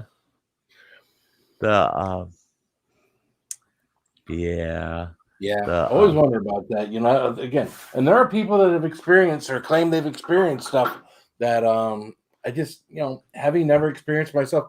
It's not that I don't put myself in a situation. That place we the Airbnb we stayed in Virginia this year. There were some creepy pictures of some old pictures in that place, and the guy outside was telling us some different stories. He says, and I was hoping to hear the creaking or to see an apparition. Or, I mean, I'll be honest with you. There was one night I laid in bed probably for about an hour and just stared into this one opening because it was an older, creepy place. And, of course, they had it modernized. I mean, modernized like in the bathroom, but they had it all. It's clean. It's, right. You know, it's so it was. But if it's haunted, if it's this, if it's that, it doesn't matter what they do to the place inside to make it habitable. Well, no, the spook is going to, in fact, they're just making it that much more comfortable for the spook, I think, you know. And I wanted there. I wanted to see something. I wanted something to convince me that there's something else out there. And you can't convince me there's anything else out there. You can't convince me that there's another life on another planet. You can't convince me of anything unless I see it. Well, see, and that's it, is somebody else's experience doesn't convince as far as I'm concerned. You know, they can, I'm willing to listen to their experience and I'm interested and I think, yeah, that's a cool story. But that doesn't convince me of anything because if you don't experience it personally, there's always going to be that bit of doubt. So you're the best you can do is speculate whether, it still hasn't proven anything, but it, I'm that way. And the thing is I'll look into, like with spooky houses. To me, it's not ghosts I'm worried about. It's not spooks. That shit don't worry me. It's real freaking people. Yeah. That are really freaking freaky. Yeah. I mean, but even that doesn't really. I mean, real people scares me more than what a ghost or something would. But even that really doesn't scare me because again, if that is something that was going on, I'm not going to be the fortunate one or unfortunate one to come across it for the first time, right? Oh yeah, you should keep that in mind, right? It never happened to me until it does. Yeah. That's it, is you walk in the wrong freaking basement and come across the wrong guy with a big axe in his hands that's dripping from your neighbor. And some people do. I mean, some people, do come across that. That is their nightmare, Yeah. But it is the 1/1,000,000th of a percentage of someone that comes across, it puts the lotion on the skin or else it gets the hose again. Those kind of things that are real. That was real. I mean, that stuff happened, right? Then it puts it in the basket. Yeah, but I mean, that's your 1/1,000,000th of a percentage that you are that unlucky fucker. That Well, look at the story of Ed Gein in Plainville, Wisconsin. Read the book Small Town Wisconsin. That'll freak you out. Oh, yeah. When you have a serial killer like him living in a small community, and he was the very last person anybody suspected, but boy, he was raising holy hell and he digging up graves and all kinds of shit. And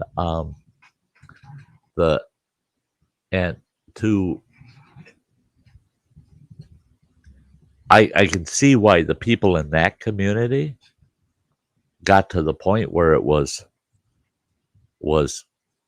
don't go out alone, man. Don't be Don't take the chance. Now that's the kind of shit that freaks me out is if there's a bunch of missing people in an isolated area and they have not determined where the fuck did they go and they're unrelated, they don't know each other in life, but they all turned up missing and it's all in an isolated area. Oh yeah, yeah, sidearm's going to be it's going to be cocked and loaded, off safety. The hey Mike. I did have one time where I was a little freaked out. We were down in Boone, North Carolina, where my mother-in-law's got her place, and we were by Grandfather Mountain. Now we had been out there doing whatever, I forget what we were doing, and what we're trying to do is try to find some furnishings for my mother-in-law's place down there because she had died. A lot of the stuff that she had was old stuff, was ruined, it had to be thrown away. So we're trying to find some furnishings and stuff. And we're looking like garage sales and stuff like that. And we stopped at this one house, and we're out and kind of looking, and some of these people down in the hills, I'm sorry if anybody's offended by this, but there looks like a little bit of inbreeding going on. Oh, okay. I had that. I ran into that in northwestern Montana. So I'm looking around in their garage and whatnot, and one of the fellows asked me, says, "Well, what are you looking for?" I said, "Well, I explained to him the situation. He says, I got something you might be interested in." He says, "Come on down to the basement." Nope. I got something. I went in the house, took a couple steps in the house. My wife was out in the vehicle. I said, "You know what? I'm going to head out, and my wife's waiting." It's like, there is no way me and another dude are going down in the basement with a guy that looked like, someone from Deliverance. Uh-huh. And it was like, nope. Again, I'm more worried about the person. It's a real person that could have been dangerous. That could have been their ploy to get people into I don't know, but I wasn't going down to the basement with this dude to look at some. Oh, I got just a thing. Come on down to the basement. Fuck you. Yeah. No shit. Insert again, though. That goes back to, and that's the only thing that worries me. I know spooks and shit don't, but it's real people that you just don't know with some real people. I wouldn't have gone in that basement with them either. Bullshit. Again, if they had been normal looking people and it was a normal looking home, and if things had looked normal, no problem, right? Uh-huh. But the home in the hills, the whole atmosphere, the walk into the place, just kind of the way he said, "I got something just for you down in the basement." I got something for you down in the basement. Why don't you and your pretty mouth come down to the basement with me? Nope, not this guy. Ain't happening. Sorry. I changed my mind. I don't think I want to buy that kind of item. Yeah. At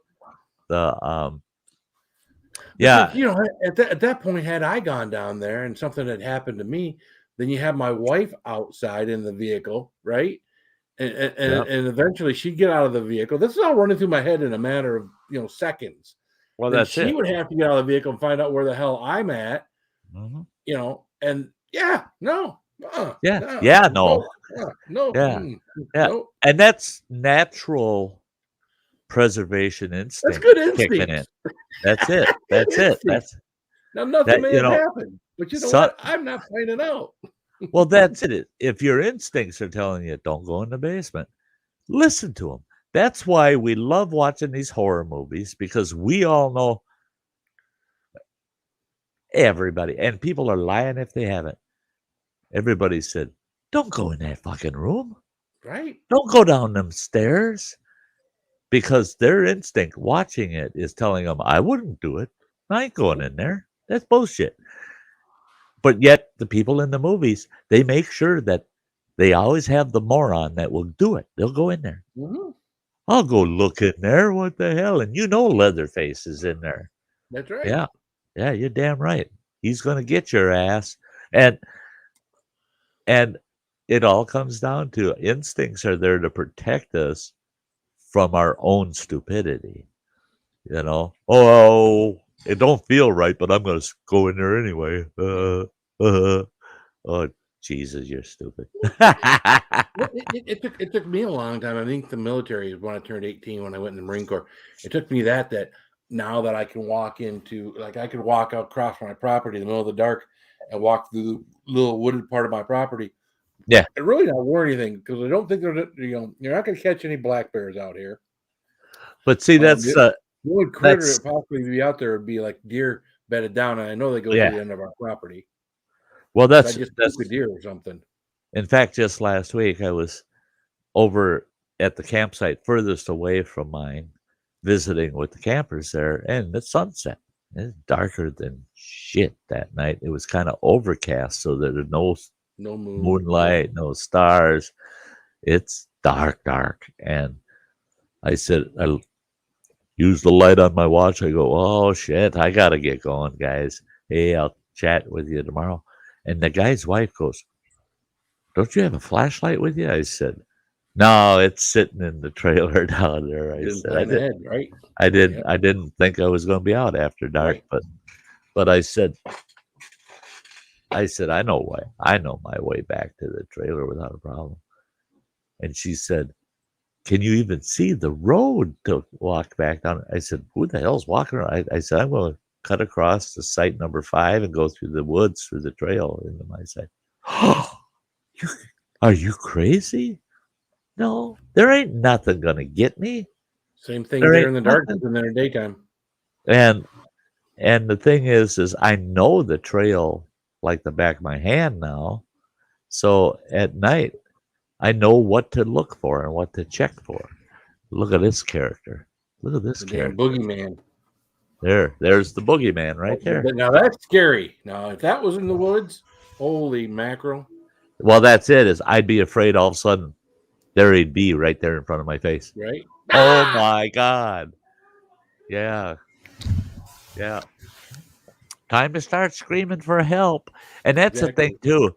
That's the thing too is if it's out in the middle of the frickin' woods, middle of the frickin' night, and you're out there and it's spooky and you don't know the area well, and then all of a sudden you hear somebody, help, help, help. Okay, you turn around and head right back to the fucking car or that's the house, that's and you call the cops. And you call the cops. Somebody needs your help. You don't go following the help shit. No. What is it? The Wendigo or Skinwalker does that? They say? Yeah. We'll call you. Yeah. And that's it. Yeah. Don't go looking for trouble, you moron. If they need help, what do you think you're going to need when you get there? Help. I got to go find you. I'll be right back. That's it. You bet your ass. You bet it. I am no help. That's just makes it, going for help. That makes me think of the old story. The Lone Ranger and Tonto, they're riding across the prairie. Oh, no. And the Lone Ranger says, stop, Tonto. I have to pee. He gets off of his horse and he's peeing. Damn rattler in the bushes jumps up and bites him in the penis. And he's screaming and hollering.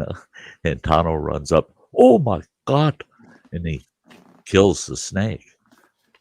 And he says, Tonto, that snake bit me. Yeah, look at that. That snake bit me right in the Peter. Tonto goes, oh, no, you need him help bad. I'll be right back. And he jumps on the horse and rides to the nearest town.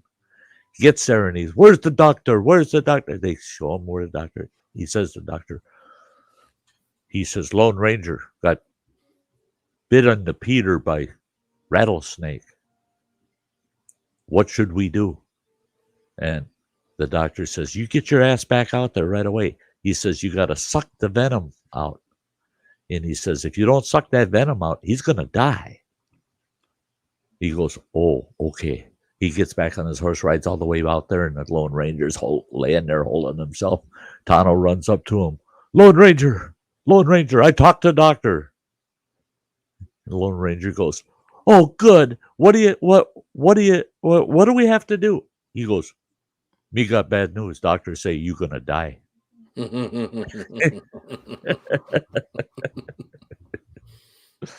Some things just can't be helped. Help! No, sorry, sorry, can't help. No, maybe I can find someone that can, but I can't. I can't help. Nicholas is so anxious to show us something. Mm-hmm. He was showing something. Now he put it away. He showed it during the story, but now he puts it away. What the? Is there actually a soundtrack to the Deliverance? Yeah, there is. Yeah. Right Oh there yeah. it is. There's your favorite guy. There he is. Da, da, da, da, da, da, da, Now, da. did you hear the story I told about that? That young man cannot play the banjo. The hands that are playing that banjo is actually a guy through the back of his shirt playing the banjo. So they picked that young man because he looked inbred Because of the look for the movie, yeah. but he really had no acting ability whatsoever. So there was actually a guy behind him with his hands through there, actually playing the banjo. So this is before all the technology and everything that we would have nowadays. Right. Something else would be completely different. Hey, Killer Creations. But if you look that up, you'll see I'm not telling a fib. There's actually someone behind him with their sleeves, arms in his sleeves, playing. And you know how Phil really found out all those facts? It was because he was using that music for Get Her Done Granny's intro. So he's doing all these searches trying to find a clip that he could use, and he found that history behind it. Yeah, I know where it. Yeah, I found it out afterwards. I don't know why I found it out. But I was doing something. It was after Granny's thing, but I was doing something, and probably one of those dead times at work where I was going through and it explained all that. Like, that's pretty freaking cool. There's some of that trivia that's pretty awesome that you're just like, whoa, shit, who would have thunk? Who would have thunk? The kid does look pretty rough and inbred. You were saying about going in basements. I ain't going in no one's basement. I ain't going nobody. Hey, I tell you what. Nick, you want to freak that boy out? Wait until it's dark. And all you have to do is say, oh my God, I got a half a dozen ticks crawling on me if you're sitting close to him. You'll hear whining and screaming like a little girl. No, shit! No, wait, no shit! And he'd be naked. He'd get naked so fast, man, and it'll be check me while I check me here. Oh yeah, that goddamn self. when he found a couple of ticks on him in my King Ranch truck. I mean, that's a sweet ass ride. He finds a couple of ticks on him. Rawhide seat. Yeah, on the goddamn saddle leather seats, and he's standing outside my truck. I don't think I'm getting back in. And his buddy Travis is saying he won't get in. He ain't getting in here. There were ticks inside your truck. He won't get back in. You could have that thing fumigated 10 times. He ain't getting back in this truck. I said, that's bullshit. We're almost 30 miles from camp. And he's standing on the side of the gravel road. I know I ain't getting in there. I'm not getting in. There's ticks in there. I said, son of a bitch. I mean, I was at least laughing when I said I'm not getting back in. That boy does not like ticks. No, I don't. I'm not as bad. If that would have happened like a year ago, it would have been double that. Yeah. I've really come a long ways with the bugs. Yeah. Anything else, I'm fine with anything else, anything. And then a tick, there's something about a tick that and the problem was I was used to seeing the ticks we have, when they're engorged are that big, but the ones that were just normal there were that big, and they even have blood in them. Yeah, I've never experienced ticks, and it freaked me out because your seat was rawhide, and they were just walking on it because it's like a hide, and I'm like, yeah. The whole time you're driving, I thought there was these were good ticks. They weren't trying to hide. Yeah, well, the one I tried to grab the one and it like did this at me, like it was going to the fence. They don't do that. Like it looked up at me like he that. He was like, back off, boy. This is my dinner. Back off. Well, usually they start trying to dig in, but he was like trying to fist fight me. But it was funny. The whole time we went down that trail, I checked the whole time. I just kind of looked down, checked. We get in your truck 5 minutes later, and then we start seeing them out of nowhere. That one son of a bitch crawling across my headrest, and your buddy Travis is in the back going, Sty, there's one crawling on the back of your seat right by your head. I turn around, I look, and I go, oh, yeah, there is. And that's what's nice about having a belt, though, is remember the one that I found on me later, like 2 hours later? Yeah. I think what happens is, and it's happened before to me, they climb up your legs, they finally get up there, and they get under the belt, and they get stuck. Yeah.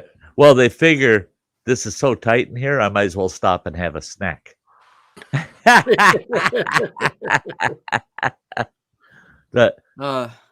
I hate them. I have to say this season, I really felt good about it. Hi, John.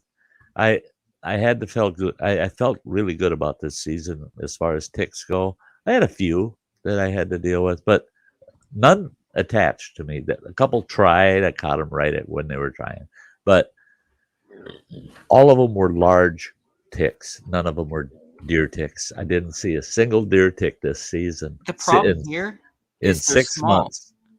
Those are the deer ticks are typically tiny. They're small. Yeah. Well, the one I had cheesehead. The one I had on me 20 minutes from here. I've had a couple from the same spot.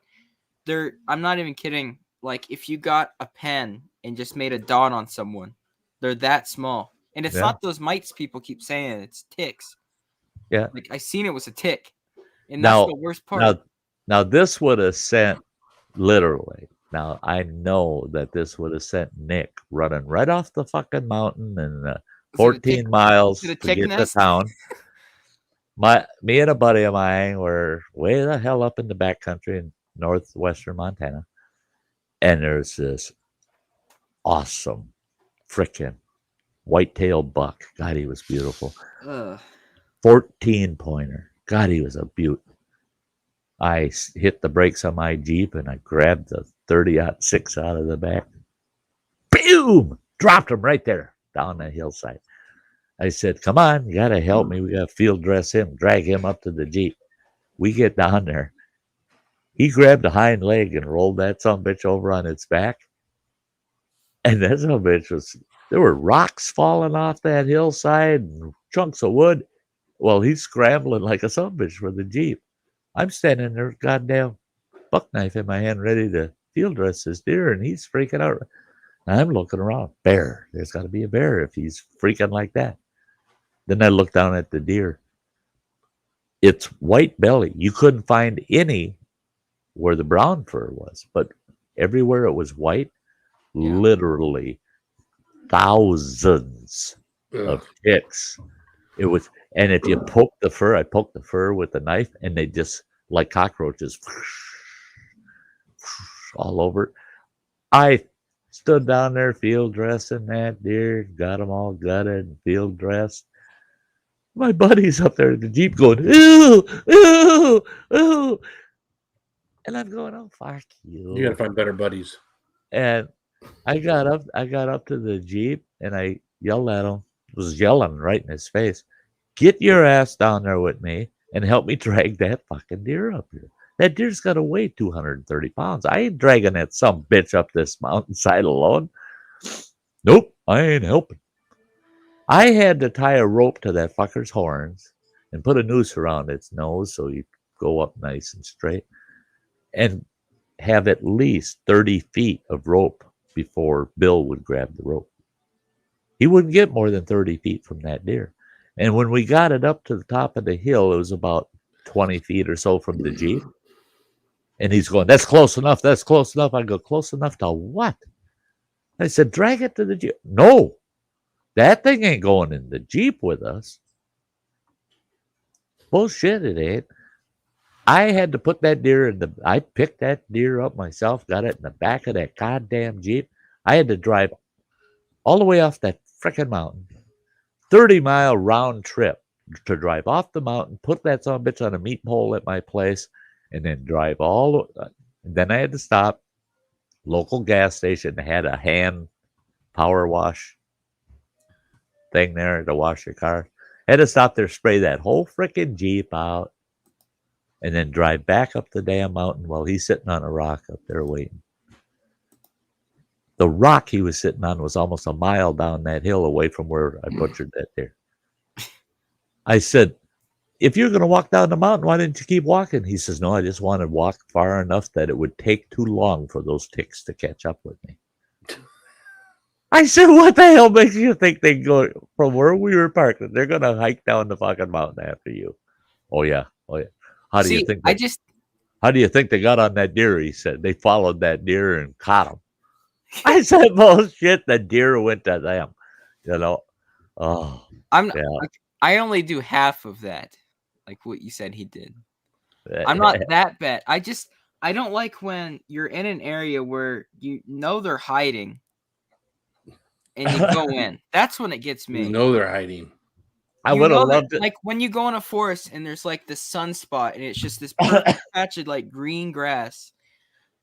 That's the stuff that makes me a little nervous. I just walk way around it. A perfect patch of green grass makes you nervous? Now, like Nick, when you're in the woods, it's a certain type of grass. That's why he doesn't have a yard. He's got a rock garden instead of a yard. It's not normal grass. You can tell. Hey, Nick, out at our camp WTF, we're sitting. There's about 6 of us. We're all sitting in camp chairs around out in the yard at the homestead, not out at camp. At the homestead, it's a big open. It's about 1 acre. Open area there, and all surrounded by hardwood trees all the way around.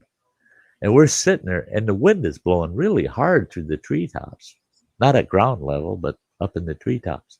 And all of a sudden, one of us goes, "Oh God, I got a tick crawl on." He picks it off and he kills it. Also, one of the gals, "Geez, I got a couple on me." Then I look, and I've got 3 crawling on my pant legs. And I'm going. And we're sitting on a perfectly groomed, mowed lawn that's always maintained, just like you would in your yard at home. Always maintained. And we're getting covered with ticks. And then I seen it. One lands on my leg. The fuckers are blowing out of the trees. And they're riding on the wind and landing on us out there in that grassy little opening. Now, that for people that don't like ticks, that freaks them out. It's like, them sons of bitches can fly. They can't fly. They're getting blown. That's what spiders do. They're just getting blown off of the trees, and they're just kind of riding with the wind wherever they land. I don't know. I'm real weird with them. It's not like I'm super. It's like whenever I find them on me and I didn't know about it, is when it gets to me. But I try to avoid it at all costs. Like that spray that I put on, because I've been in the woods a ton recently through everything. Sure. If I just spray my legs and my boots with that, I won't get a single one on me, and I see them. Right. And that's when I'm fine. I used to. I wouldn't even go in the woods. Like I wouldn't even go in there. The only time the trees and just everything. Well, it's not about the ticks you see; it's about the ticks you don't see. Right. Is you go in to take a piss and there's a tick on your dick. A dick on your dick? What? There's a tick on your dick. Now, for me, the only time ticks freak where it irks me is when I feel one crawling up to the hairline at the back of my neck. They're trying to get up just along the hairline on your scalp and attach. But I've never had one under my beard or anywhere around my face. I've never had one. Well, ever. They go for your neck, don't they? And they want the hairline. They want to get up to the hairline and then attach. That's where they like it the best. And when I feel one crawling on me back there, it's like mother of pearl. And then I'm trying my best to catch that son of a bitch. And then I'm feeling ticks along my hairline all night. I'm scratching. Well, yeah. Well, the way they just There's it's one like that's like, yeah. it's like Yeah. like one of those hair clamps or whatever. They grab Yep. like that when they're crawling, and it just I don't Yeah. like that. I don't like that, It's like he a says. pinch as they walk, but they're so stuck to you. Like whenever I grab them, they'll stick to this hand. I'll like try to throw them, or I'll try again with this hand. That sticks to this hand. Well, they got and I little throw 'em off barbs, this right? one. They got little barbs to hold on to you. Yeah. Yeah. The Yeah, Freeman. good night, James. Give sis a hug for me, would you? Just a hug. Just a hug. Hey, watch it. Yeah, he knows better. That's my sis, you know. That's my That's sister. sis. You're my The, sister. You're my sister. Oh, never mind. Anyways. Hey. The yeah, we're gonna keep chatting for a while. I don't give a shit. I don't give a shit. I'm at that stage. I don't give a shit. Because tomorrow all I gotta do is I only have to clean 5 bathrooms tomorrow when I get back to camp. Yeah. Friday I gotta clean 20 bathrooms. So I'm more concerned about Friday than tomorrow. I don't even like to clean the bathrooms here. I don't know. Hey, John's asking what the trees are looking like here. I want to give you a fall update on the color change. This year, do you have any color change? We aren't here yet. This year sucks. We've had a lot of our maples have changed already, and they changed so fast that at East Twin Lake Campground, now John and Jan have been there, and they know that campground. It's blacktop all the way through. And so Nick was there too. It's all, it's all blacktop. Well, my loops, because of all the maples shedding leaves, they're not just changing color, they're shedding. The Forest Service brought me, because now that's one of my fucking duties too. I tell you, it ain't fun either. I've got the heaviest goddamn leaf blower they built. And look at here. Hi, sweetie. Hey, Sam. Hello. Hi, guys. Hello. Good to see you, girl. See you too. Yeah. But yeah, they brought me, I said, I need a leaf blower because it rained and all those maple leaves all over the damn loops, the blacktop loops in my campground. I had a guy come in with a big ass trailer, big camper behind his truck. He got halfway up that first loop and he could get trapped. It's slick as snot. Those wet leaves stuck to the blacktop. It was getting dangerous. So one guy come around and he tried to slow down coming down the hill, hit the brakes, and damn near slid off the road. So I told my boss, I said, you got to bring me a leaf blower. Oh, yeah, I can do that. I'll make sure. I'll bring it. The next morning he brings the son of a bitch. That leaf blower weighs 54 pounds. It says so right on the damn thing. 54 dry weight pounds. That's without gas in it. And it's got a half-gallon gas tank. So you're putting another 4 pounds on it. It's 58 pounds, that damn thing. But holy shit. I fire that thing up and throttle it up. It'll blow leaves 40 feet away from me off the damn road. I mean, if there was a cat walking by, I'd go, wow, and that son of a bitch would land about 50 feet away. That sucker, I got to thinking, I should stuff that nozzle full of leaves, wet leaves, just get them packed in there just tight. And then when one of the Forest Service guys comes and pisses me off, I'll tell him, just a second, go fire up that leaf blower and then point it at him. Boom, like a potato gun, But no, our leaves are changing color, and their trees are shedding leaves so much. There are leaves all over the place. You'll see that down the road what this part of the season's looking like, because I am doing some video of the leaf cover in camp. It's so bad that they warned me that within the next 2 weeks, I'm going to have to go to as many campgrounds as I can cover, and they're going to try to put somebody else on it with me. But we're going to have to leaf blow the campsites in order to keep the campgrounds open because there's such a fire hazard. There's spots where we got 3 inches already of leaves on the ground around these fire pits and picnic tables. And so I got a leaf blow out the campsites so that people can use them. Otherwise, they'll catch the whole damn campground on fire. Well, what did they do before you? What's that? What did they do before you? They did it. They did it. But they got budget cuts so bad that right now we only have 4 rangers left in our district. And they've got 4 rangers and a Sty. And they've got 30 AmeriCorps volunteers on trail projects that all have to be supervised, and there's 4 crews. So our 4 rangers are trying to supervise them and do other ranger duties. They got no time to do maintenance at all. Sty's going to be there till the end of November now. No, October 31st, they lock the gates. Nope. You'll be there longer. They're gonna want you to stay behind. They're gonna want you to stay behind afterwards, behind the locked gates to take care of stuff. No. He said October 31st, he says everything of ours that you have will be returned by October 31st. And he said, you better be hooked up to your trailer and ready to head out that gate because we're locking the son of a bitch in the afternoon on the 31st. I said, oh, I'll be ready. And he said, and we don't care what, we want to get as much done as we can before the 31st. So it's a done deal. Hey, Alexander, good to see ya. Yeah, hey, Alex. I went and met him, like a week ago now.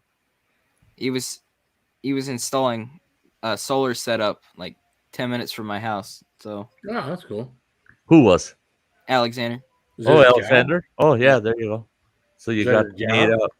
Huh? Is that his job? Yeah, well, he was doing solar panels.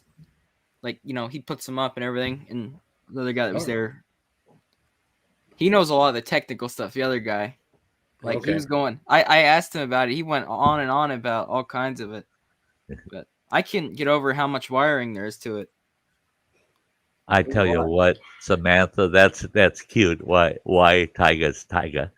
But the first time I heard you call him by name, I'm like, I like that. Yeah. I like that. Tyga. That's cool. I like that. He's cool. Well, he's definitely a brute, so comes home with war marks and war wounds all the time. I mean, when I was a kid, our male cat, unfixed, nasty bugger, same way, half an ear was missing, and he was all scar-faced and everything. Well, my sisters were allowed to name him, so they named him Taffy because he looked like Tyga, that color, and they named him Taffy. Us 2 boys, it was Tuffy. Yeah, we call him Tuffy all the time. Hey, Tuffy. Taffy's a sissy name. Yeah, that's it. I could see you guys getting it. Yeah. Taffy. That's something sweet. Yeah. That's bullshit. Look at him. That's Tuffy. That ain't Taffy. Yeah. And, the girls always thought, you boys, you're just assholes. Naming that poor cat Tuffy. Him and Chase are both gonna go get snipped here and on the same day. I'm doing 2 for 1 special. 2 for 1. That's it. They get to suffer together and recover together, and they have no clue right now, but they're gonna hate me in a little bit. Yeah, if they getting them clipped doesn't keep them from humping shit though. It'll keep that one over there from freaking marking crap. They say, and Tyga, it'll keep him from wanting to wander after cat poon and freaking getting all these fights with all the neighborhood male cats. Oh, really? Yeah, Tyga, Tyga still want to mark territory, but he's not going to want to roam. And what they do though is when they're that mature, and they cut them. What they do is that here we go back to when I was collecting horse Semen. Product. Semen.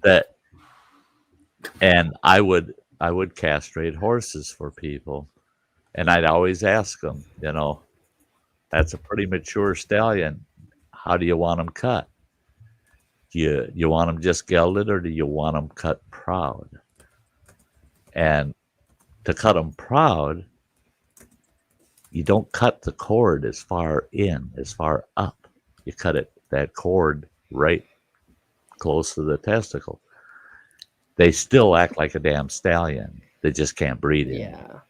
Yeah. But otherwise, they'll truly geld them, and you go deep and you cut that cord way up there, and after that, it's just like, I got no fucking interest. What the hell? I wonder why. Yeah, because there ain't not. It's like cutting your brain stem way up high. Didn't work for me. That maybe they cut it too close to the. Never mind. Anyways, that's right. Jesus Christ! I cut it up a little higher.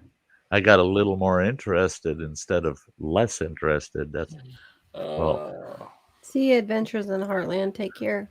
It was the. Let's see ya. 4:30 yeah, he's got to shake it out at 4:30 to head to work. Shit.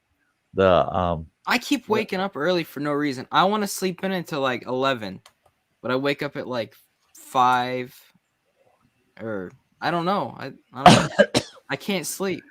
I'll tell you the worst thing I've done out at camp this year is to finally decide to put a hammock in my trailer instead of using that Murphy bed. That son of a bitch is like getting rocked as a baby.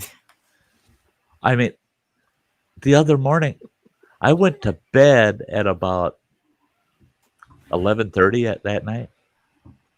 I woke up and I'm going, oh yeah, shit, yeah. I shut the alarm off. I heard the alarm go off and I shut it off and I woke up and I'm going, oh shit.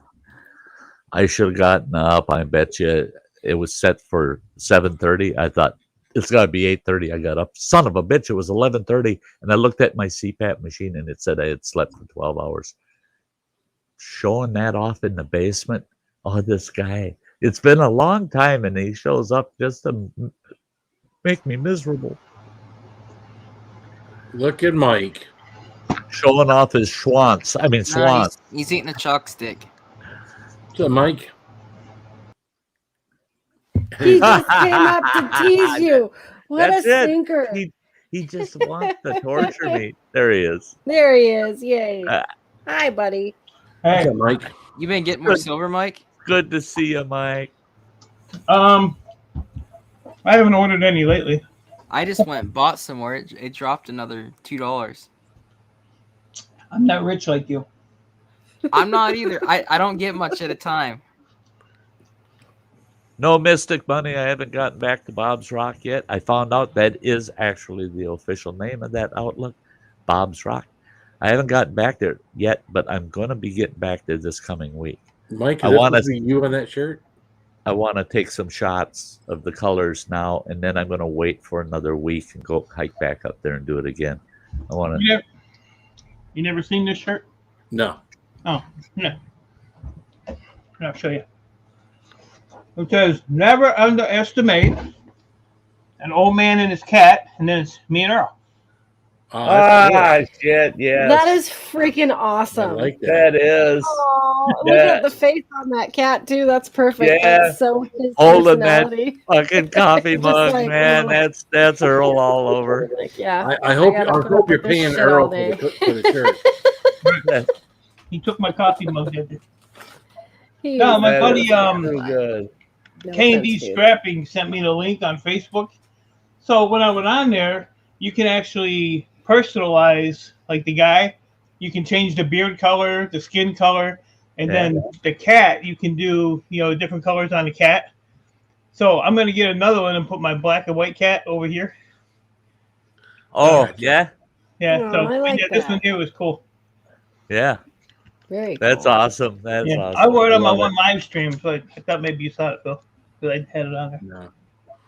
That's great. When I'm at work, I am on the live stream for a little bit, and then I'm gone. I just gotta I'm trying everything I can at work to try to do something to generate a sale. But hey, Phil, I got to win another hoodie from you somewhere, sometime. You already got two. And get it a good size smaller than I got. I wear my spicy hoodies. Oh fuck, no, they aren't supposed to be this way, man. I put my spicy hoodie on the other day, and I'm going, Jesus Christ! If I was a woman, I could wear it as a skirt. And I'm not. I don't know. You were talking about how you were eating the other day. I mean, you may fill that back out in no time. No, I'm upset. My shit's faded. Like the words and logo and stuff. In the wash. Oh no. Yeah, it's like you can't. The only thing you can really recognize is the back of it. I hardly wash. I'm gonna have to fix that someday too. It's gonna be a long winter, guys. So yeah, you might have. Is that the one I gave? To me, a hoodie. Yeah, a hoodie is a lot like a coat. Oh, shut up! It was free. What do you mean? Over other things.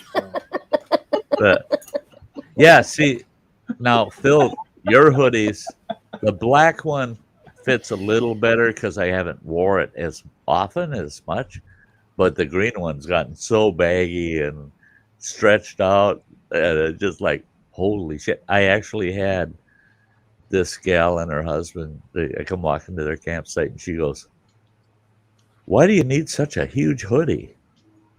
And she goes, "2 people could get in that." And I said, "Well, come on in."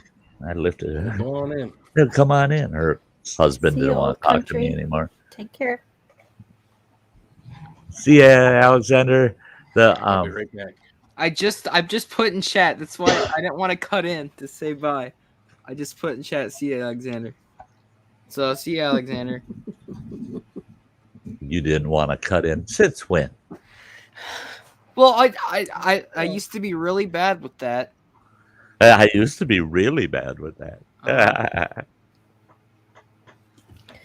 Hey, Earl. Both scratching kitties. Yep, scratch it. Look at Early. He's looking at himself in my show. Yeah, he's like, why'd you stop, dude? He's looking at you and saying, hey, if you're gonna rub the pussy, rub it right. Come on. What the hell's the matter with you? Hey, that's not a pussy. He don't even have any balls. Look, no balls. Poor cat. You're lucky. Tyga bites if you do some shit like that. Like Earl puts up with so much. All of our cats are different. Some want smacked, some want gently pet, some want like pushed over. Earl will let him do anything. When he got his skin caught in that drill that time, that's bullshit, man. That cat is too tolerant. And then he's wrapping that box he sent me, and he's taping fucking Earl's tail and tape on his face, and he don't care. I'd love to have an Earl, man. Earl's like a really chill cat. He's so cute. That is, he is. And he's got such a unique personality. He just, I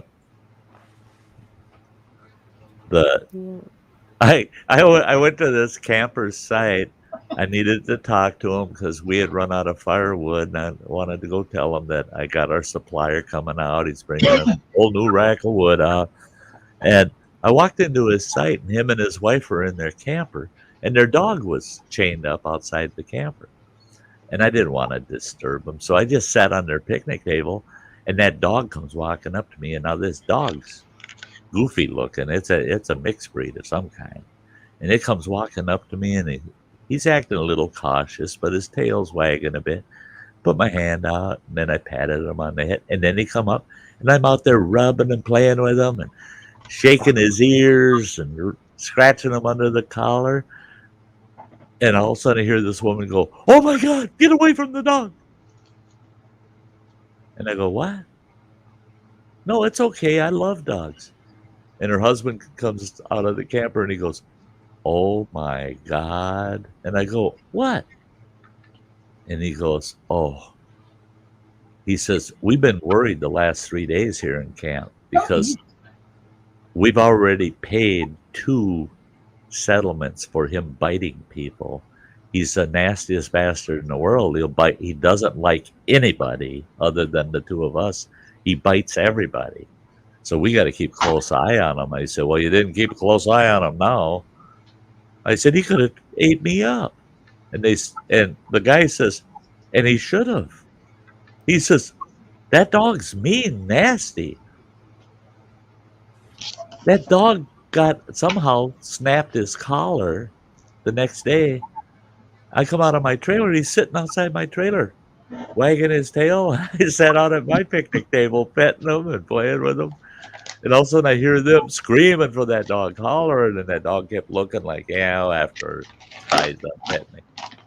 So I walked him back up to their camp. He didn't have a collar, so I just told him, come on, and he followed me up there. And then they couldn't believe that shit. They couldn't believe it. I said, I don't know. That dog likes me for some reason. Yeah, I haven't had any issues with any of the dogs out at camp. I was thrilled last week when I found out that one of the private homeowners across the lake, the parents of the guy that plays the saxophone, tries to play it, she brought me a loaf of banana bread. Oh my God, was it the best too? It was the best, man. If I was going to be a wife stealer, I'd steal her just for the banana bread. Yep. There you go, Jazzy. There he is. That's Oreo. Oreo. Oh. Yeah, look up there. What? Look at Earl. Motherfucker. Earl's like, what? Yeah, Earl's like, nah. This ain't right. This shit ain't right. I'd show you guys all my cats, but I have to go out in the living room. Oh, Jesus. I had a video. Let me find a picture. I'd have to run my stream for an extra hour just so you could introduce all the damn cats. Nick in his Technicolor dream coat of cats. Right. Hey, Mike's Outdoors Hey, Adventures. It's great to see you, buddy. I can't hear him. You're muted. My name is. Who's muted? She goes in the room and can't get no privacy. God damn it. It's my brother. Oh, that was your brother that came in and got the guitar. Okay. What's up, Jay's Mike? at the Outdoors Grove. and Adventures? Come on. I know I have a picture of the cats. Real quick, I want to thank anybody that's out viewing because we got more viewing than we have out in the chat. But I want to thank anybody that's viewing right now that met me out at camp and subscribed and came on over. That is so kind of you. I had all the best campers this year. Compared to any other host, I couldn't ask for better campers. Hey, Owen George. Our Subaru is good cars for durability and longevity. Ask this guy. Okay, now I don't have to type it in the chat. Yes, Consumer Reports, Subarus are probably one of your best vehicles out there. The Toyotas and Hondas are up there. Toyota is probably Consumer Reports. Toyota is probably still number one. The Subaru, you can't find a better built car than what Subaru does. So if you're going to get a car, Subaru's one to go with. My father-in-law had an ancient Subaru, one of their early cars. Just don't drive like Subaru drivers drive, like they got to stick up their ass. And he hated driving around. He said it's the ugliest damn car in town, but he says it won't die. He says the damn thing just won't die. He said I can't get rid of it because it just won't die. Now that's my youngest boy with his Toyota pickup truck. When he got rid of it, he was in tears when he gave it up. And it had 315,000 miles on it. I told him, it's a good thing you're getting rid of it because all that's left is a frame and a driveline. The body had totally rotted off of that thing. But it ran so damn good, and it was so damn dependable. that Toyota truck, little Toyota truck. Yep. And I was shocked to find out that now this was 12 years ago he sold that truck. It's still driving around town. No box left on it at all. They took the box off and they put some shitty kind of wood bed on it. And you can tell it's the same truck. The cab, it's still the same cab, except he's replaced both doors. He's got a black door and a red door on a white cab. But the cab had certain paint markings on the fenders, at the top of the fenders, and that's still there because the bottom of the fenders are all gone. They're rotted out. But mine's almost 17 years old with 365,000 miles on it, and the only rust I have right now is coming up from behind the fuel door. So, yeah. Oh yeah, Mystic Bunny. Isn't that a bitch, eh? She's got to put transmission in hers, $4,000. Everything Subaru is good, Owen. So you don't have to worry about a Subaru. You're going to pay a little bit more for a Subaru, whether it be new or used. You're going to pay a little bit more, but it's going to last. I got them saying, my Tacoma is 16 years old, 365,000 miles, and the company has stood behind this thing, and I couldn't be happier. I could put another 100,000 miles on this thing. So, on your truck? Yep. Yeah. So what are you doing there, Nick? Earl's Breakdown. What the hell is that? It's Earl's Breakdown. It's one of the tracks on Deliverance. Oh. Oh, yeah. Earl, yeah. Is that Earl's where Breakdown. Is that where he's singing "Squeal Like a Pig"? No, it's dueling banjos, Lil Maggie, Shucking the Corn, Pony Express, Old Joe Clark, Pretty Mouth, Mountain Dew. Is that a song called Pretty Mouth? Fire on the Mountain, Reuben's Train, Buffalo Gals. Yeah. Rawhide. It sucks though. It's too warped. I can't play it. Oh, really? It's too warped. It just won't play. It keeps jumping. That sucks. I just bought a new thing for my records. That speaker up there. Well, it's good to have a speaker for your records. Otherwise, you don't hear anything. Yeah, if you don't have a speaker for them, nobody will speak. Well, I have the record's playing, but you can't boxes. hear it because they don't have any speakers. I got 2 boxes, and now I have that top one. It was 75% off at Walmart, and I didn't need one, but it was so cheap I bought it. But I'm running out of room for records now. You'd love it, Nick. This abandoned house at Running Water, and his daughter and I are going to go explore on Saturday. There's got to be at least 300, if not more, 45s sitting in the one room there. I'm stealing them all. I'm taking them all. We had I've got Oh. about, oh shit, I had 4 of them, man. I had an original 1951 RCA multi-stack 45 player that sat on top of that was made out of what they called Bakelite at the time. It had a matching AM radio with the big dial on it underneath it, and some bitch got trashed. I won't say how, but it got trashed, and I had it appraised, and they said in its condition, they said it should be museum quality. You should not be selling it to somebody that's going to be actually using it.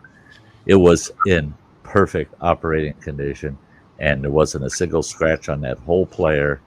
I could put a stack of 45s in there, and everyone would drop and play perfect. And the sound coming out of that big old speaker in that AM radio was the die for. And when I got it appraised, they said the player itself, just the record player, they said $1,800. They said because you have that matching set with that AM radio, they said those were only made in 1951, that series. And there's probably only about 200 of them left in the United States in existence. They said $4,000 for the match set in that mint condition. And it got trashed. Yeah, we had one worth $2,500 is what it was worth, and it was all walnut, all stained. It had 3 drawers in the bottom. It had a matching set, and then it had on the top. It had the open, and then you crank it, and that was on the top. We had a flea market. We couldn't sell it for $100. No one wanted it. But if a collector come by, obviously, fuck, I would have bought it for $100. I would have given you. If you said I want $100, I would have wired you $200, and then I would have paid for the shipping. We ended up giving it away. Oh my god! I had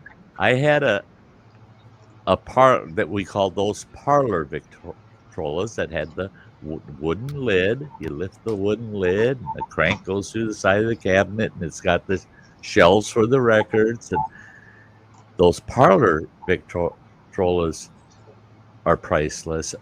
You can find a lot of them, but very few work. And I had one of those. I had a Victrola, and then I had an Edison too.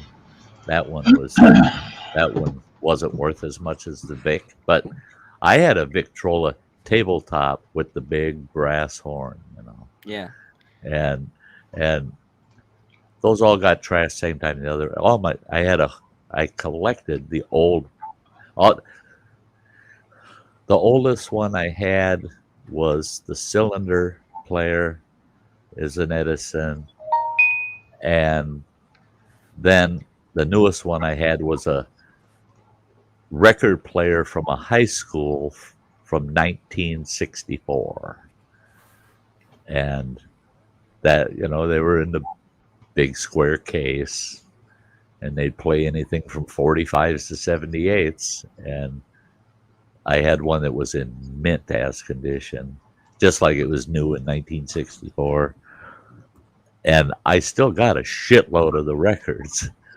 Old 78s. I used to have every single Vogue picture record ever produced throughout the world. I had one of every one of them. And those, fortunately, I managed to sell on through eBay and a couple through a broker.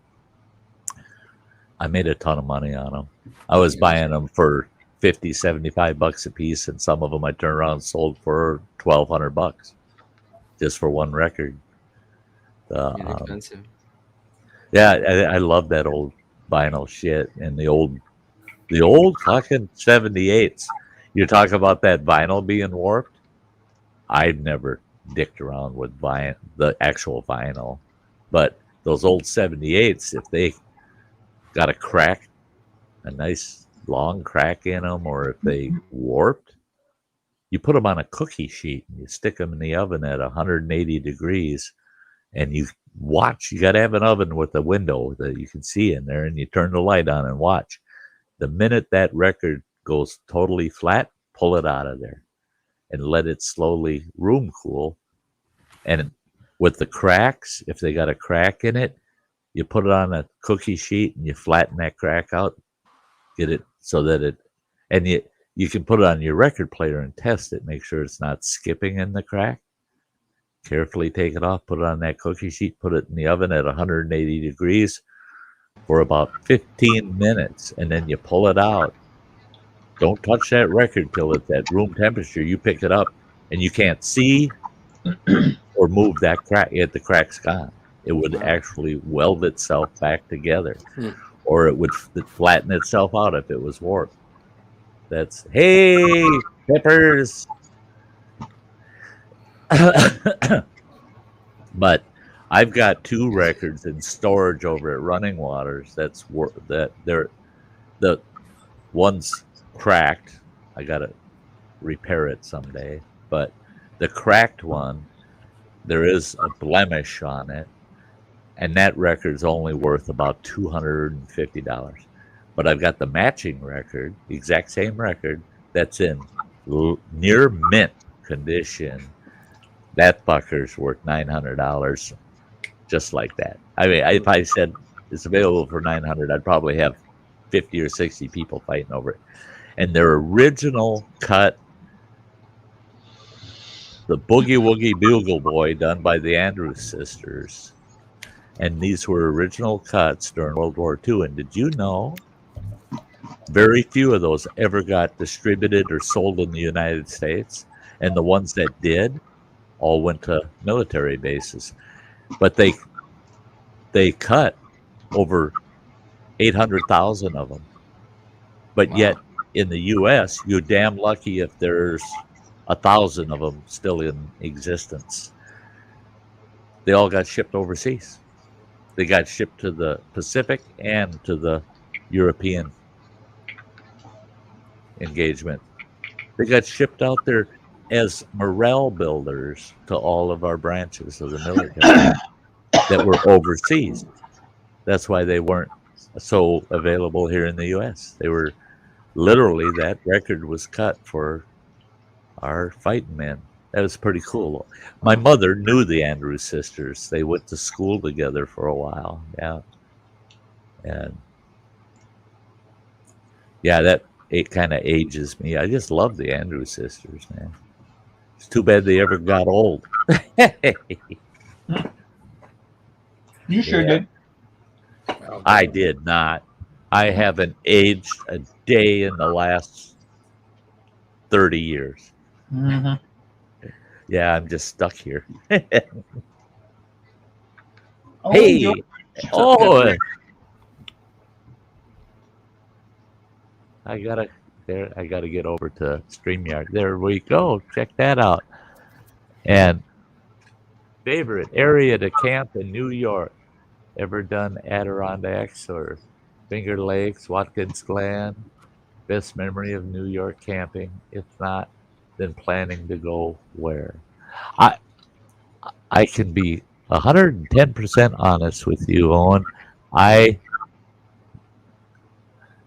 actually have never camped in New York State. I never have. Never have. And I'm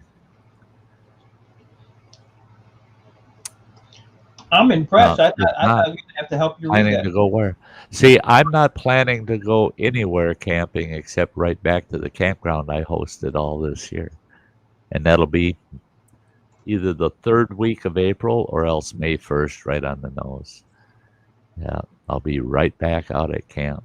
Good Lord willing, and my health holds up over the winter. So, oh, did you ever get hit by that storm that went through? Every storm this summer, man. We had some bad ones throughout this summer. Boy, Nick, some of those you would have gone, wow, shit, we're leaving the state. Every one of them missed my two campgrounds. Nice. Really? They'd be right on the edge. I'd get some of the wind and a little bit of the hail, but I seen there were a lot of tornadoes and whatnot up there not that long ago. It'd be about a little over a week ago, we had a tornado warning right in Clam Lake. And they actually detected the tornado on radar, but nobody, well, it's so remote. You remember what it's like up there, Nick. Yeah. There are not a lot of people, when they hear a tornado, going to be looking out the fucking window. They're all heading for the root cellar, but they saw it on the radar. And so they issued a tornado warning. And I talked to my boss with the Forest Service. Well, in East Twin Lake, all we have for permanent shelters are 2 wooden outhouses. I ain't getting one of them sons of bitches. It's bad enough. You get in there, that wooden shack ain't going to protect you. And that tornado is going to suck all that shit out of that tank and right up in there with you. No, that ain't the place to go. Well, so down the road, 4 miles from me, is Day Lake Campground, and they've got what we call, in some of our campgrounds, we have them, bunker shithouses, right? Well, they got a big double bunker outhouse, and that's spancrete. Walls, roof, everything is spancrete. They are like bomb shelters. And he said, it's totally up to you. I don't want you risking your life. He says, so it's totally up to you. If you want to jump in the Forest Service truck, head for Day Lake, you can head for that bunker because you're not safe at East Twin. It's heading right for your campground. And I said, yeah, and Day Lake's between me and Clam Lake. If it's coming from Clam Lake this way, that means it's going to go through Day. And he says, not if you beat it there and get to the bunker. Well, I jumped in the truck, ran down to Day Lake, warned the 11 campers we had in the campground, going through, yelling out my windows at them, be ready to take cover, tornado warning, blah, blah, blah, blah, and told them all, in the worst case, head for the outhouse over on Paper Birch Circle. That's that outhouse, safest building in the county. Warned them all. Well, I watched that sky turn green, and all of a sudden the wind died. It was just dead still, and all of a sudden the birds and everything just quit making sound. Gosh. And yeah, you know, I had been in a tornado in 1964, dead on hit, so I knew the conditions, and Guys. That's all right. It's a very excitable house right now. Very excited, yes. Very excited. Well, you know, Bubba, my brother, I call him Bubba, is out there watching Major League Baseball and whatever else. He watches every sport that's on always. So the living room TV is taken. Sure. Then Colin's in here playing his game, so we got all excited. Yeah. That's see, there's a bummer. Like my house wasn't full enough before. Right. Just keeps filling up, right? You got room for Sty? I promise I won't be as noisy. I'm coming that way It does too. have a bunk bed. That's it. Yeah. I'm heading to Alaska too. There you go. When you get here, you better let me know, because Oh, you'll know. I won't make room, but we'll go somewhere else. Fuck it. We're running away. I'll be that hairy, fat, naked guy knocking on your door. Sammy here, Sammy here. Again? Again. Right. Again. You know, I had a girlfriend that had that nickname, Sty. Hairy, fat, naked guy? Clam Lake. Oh. Oh, Clem. Explain, please. No, you know. I had What a does girl. that mean? He was a squirter. Well, you know, if you're on the panel and listening to the story, you know what that meant. I can remember this one girl that I dated for a while. Her name was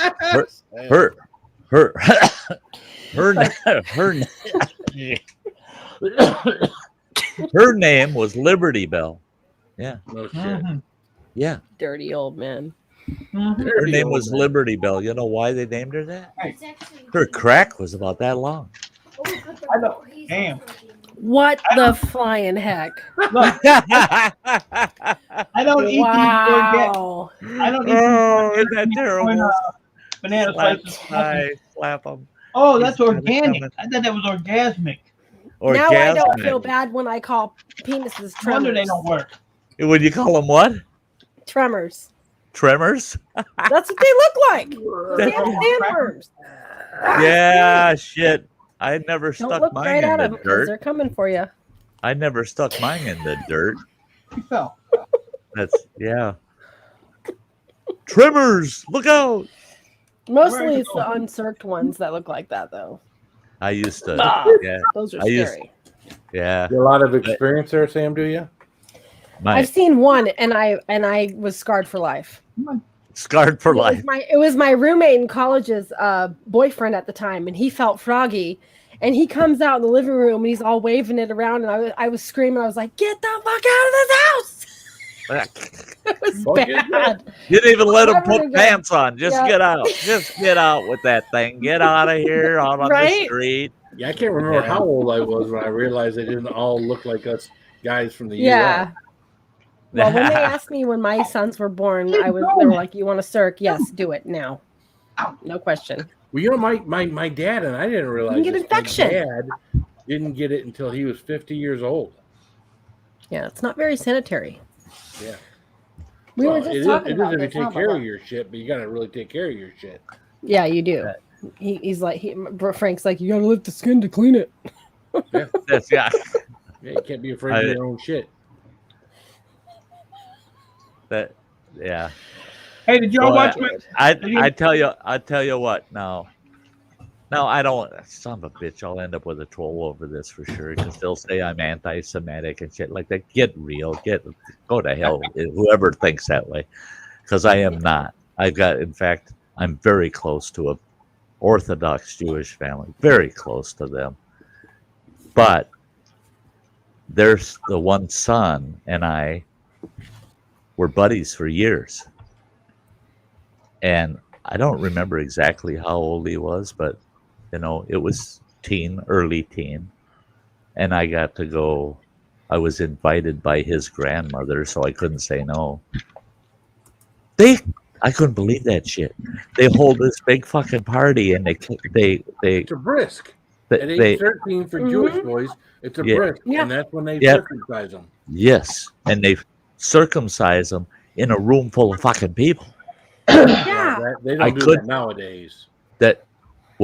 This was 1974, 73, and the whole family was there. And the rabbi, and holy God. The one thing I remember from that whole thing was, because I was just keeping my eyes on his face. I never seen a guy look like that ever before, and never since. The expression on his face was to die for.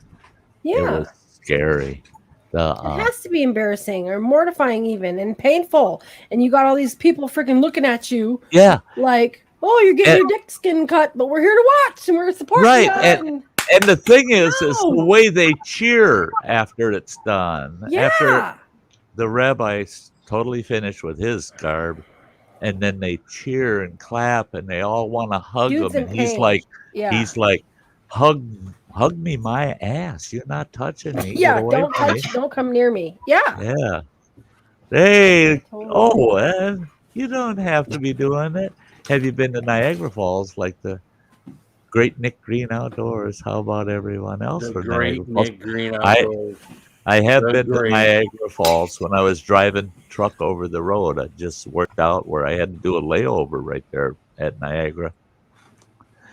I haven't been to Niagara Falls, but I've seen Old Faithful and such like that. Yeah, in Pennsylvania or Montana. Yeah. Sorry. Yeah.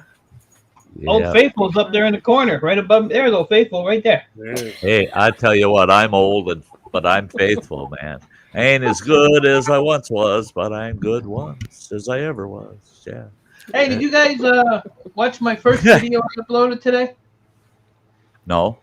Who the hell watches your video? Let me check, because I did get the notification. I want to see. No, I dropped a bombshell. I slept with somebody last night. Yeah. Okay. It was Shanette Williams. Oh Jesus. We were playing Minecraft. We jumped in bed together. It was hilarious. I remember. You're so funny. Yeah, I was all excited. Made my day. Yeah. That's made your day. Oh yeah. You had to mention Minecraft. Half a second there. Huh? Run it. My youngest boy, Joe, because this guy down below me never found me one and sent me one. But my youngest boy went and bought me a refurbished PlayStation 2. It's awesome. It looks like it's freaking brand new, and it operates like brand new. And he got me a couple games I didn't have and 2 controllers. I fired that thing up, make sure it works. Oh, it's sweet. Started playing a game, and then I had to shut the son of a bitch down. I had so much going on today, I couldn't. So it's sitting over there, and I'm not going to get to play that son of a bitch till next week. All week I'm going to be pacing down there at camp. Son of a bitch, I got my PlayStation 2, can't play it. Son of a bitch. Take it to camp with you. No, because I can't. That's like I got the whole Game of Thrones series too from them. I can't start watching that. I'll never get anything done. I'll never. Yeah, shit. They'll kick me out because I'm not doing my chores. I like it when Phil leaves because then I have 2 Samanthas on my panel. I got my clearance Snoop Dogg lighter. There we go. Oh, jeez. I keep burning incense because it smells terrible in here. I don't know why. Like it just starts smelling terrible in here. And no, I'm having showers, so it's not that. I should probably mute this. And you know, Sam goes live at like 2 in the freaking morning. Yeah, she. Yeah, I'm down at. Everybody's in bed, and she's sending links to her freaking. I'm sitting down there at camp going, all right, it's time to call it a night. And on my phone, I get the notice Sam's going by, and it's like, oh the fuck. You're muted. Shut up. You're muted, Sam. We can't hear shit. You're muted. We don't want to hear you. Yeah, stay muted. Okay. Usually when that happens is when somebody else is live and they're begging me to do like an after thing or whatever, and then I totally crumble and I do it.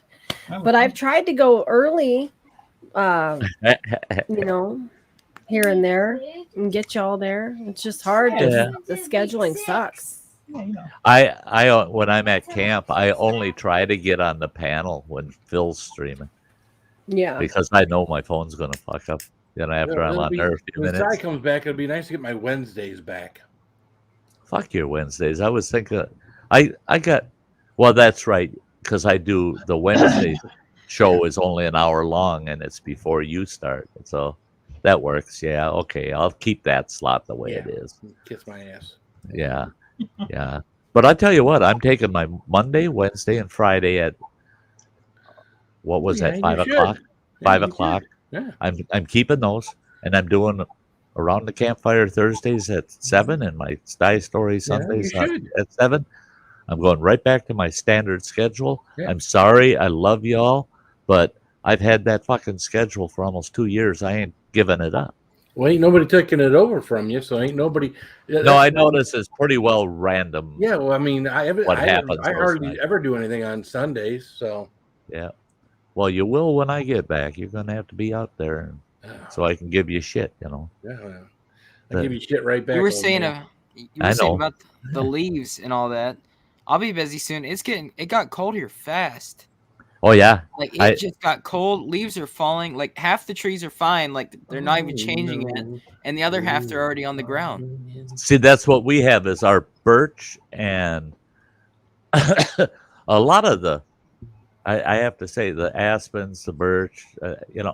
None of them have changed at all. They haven't yellowed or nothing, and half of the maples, bright color, for 2 days, leaves fall off. The other half of the maples are still dark green. The oaks are starting to change, and they always change last up here. They're the last to change, and they only turn brown, And it's such a strange freaking. Our forester with our forest manager, that's what he does. He studies trees, and he goes, I don't know what the fuck's going on. He says, this is the weirdest fall I've ever seen. We had one night, 38 degrees. My supervisor, I went and bought a buddy heater, the small one. That son of a bitch worked fine for 4 nights, and then now that son of a bitch don't work at all. It does. I can't get that fucker to light. It just won't work. Well, so I've been using the Coleman lantern to heat my trailer. It works, but shit, you got to deal with the light, right? My supervisor showed up, and I told him how I'm heating the trailer. He says, it's going to get pretty fucking cold. He says, I'll take care of that. The next morning, he shows up, and he's got the big buddy that's got the double tiles in it, and uses the 2 tanks. But what's he do? He brings me that big buddy with a fresh 20-pound cylinder of propane, and the fucker's got a 12-foot line for it, 12-foot hose for it. I hooked that son of a bitch up, and I lit it and put it on high to get the panels nice and orange before I take the lower settings. By the time those 2 panels turned orange, it was 80 degrees inside my trailer, and it was only 40 degrees outside. It brought the temp up 40 degrees in 5 minutes, and I got it set down to low, and I'm sitting around in a t-shirt, my boxer shorts, watching a movie, and it's 74 degrees inside my trailer, set on the lowest setting, and the thing hardly burns any fuel compared to using those green cylinders, those little cylinders. It hardly burns any fuel. Well, I have just the regular buddy, like the one you probably got. Yeah. And if I feel like being lazy, or I'm not filming it, so I don't use a wood stove just to kind of add that in as part of it. Right. I just put the little buddy in, and within 10 minutes, it's like 90 in the toasty. You just shut it off. If you get cold, you wake up, turn it back on. It's 90. Turn it back off. Go back to bed. See, that's what I like with the big buddy that I'm using.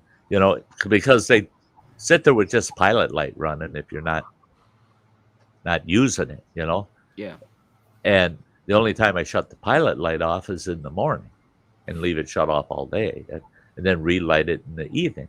But all night the pilot light's running. You just have to reach over, turn that knob, and woof, she's back up and running, and hotter than shit in a few minutes. You shut her off, put it back down the pilot light. I love that thing. So I'm getting the big buddy of my own, and I'm going to mount it on the wall of my trailer. Yeah, You hear that, Phil? He's gonna mount. He's gonna mount his big buddy. He ain't mounting me. God damn it! Watch it, buddy. You don't need to be giving out secrets. There's a lot of buddies going on here. You're telling. Hey, you're sitting there. I got my two best buddies up here, and they're just not being nice. Some of them. I totally understand there, Mr. Peterson. Yeah, I'm going to get my butt to bed, so I got to be at work at 8:30 in the morning, and I got to be wrapping it up too, man. It's going on 3 hours, and I got to shake my ass out early and get back to camp tomorrow. But yeah, guys, oh God, let's wrap it up there, guys. Hey, thanks, guys. Man, Nick, it was great having you up tonight. Awesome. Mike, it's about freaking time, man. I've done a lot of live streams without. Don't be a stranger, bro. Don't be. I got better things to do than fuck around with you people. I love that, man. I got to get that shirt, man. I have got to get that shirt because I'm starting to say that shit to campers now. They come to me and they go, "Hey, what about this and this?" And you go, "Hey, we ain't got no time for that shit. Ain't nobody got time for that. Nobody's got time for that." Put a motherfucker after it. Yeah. I can customize that shirt. I'll get some of the fabric paints and I'll add my comment to it. But Samantha, sweetie, I'm so happy that you were able to get up tonight and get on the panel. I'm glad to be here with y'all. Yeah. I miss you guys so damn much this summer. It's tough. It sucks. Yeah. We miss you too. 6 months of there was a lot of times it felt pretty solo this summer. Yeah.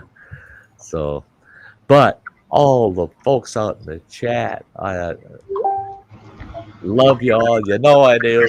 And hey, just like any other live, I'm gonna grab. Well, tonight, we got Sam in the house, so I can't say I grabbed the prettiest girl in the house and dance my way out, but I'll grab the second prettiest one in the house. Yeah, Nick will get jealous, don't you? Well, I've been keeping an eye on this gal I'm going to dance my way out of here with tonight, and I've been watching her.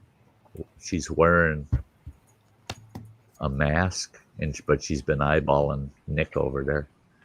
I'm a little worried. That she's going to cheat on me, but she wants to get over there with Nick. I know it. So hey guys, till next Wednesday. I love you. Want you to all stay safe, and hey, keep it spicy. Keep it spicy. Yeah. Take care. Right. Bye, everybody. See ya.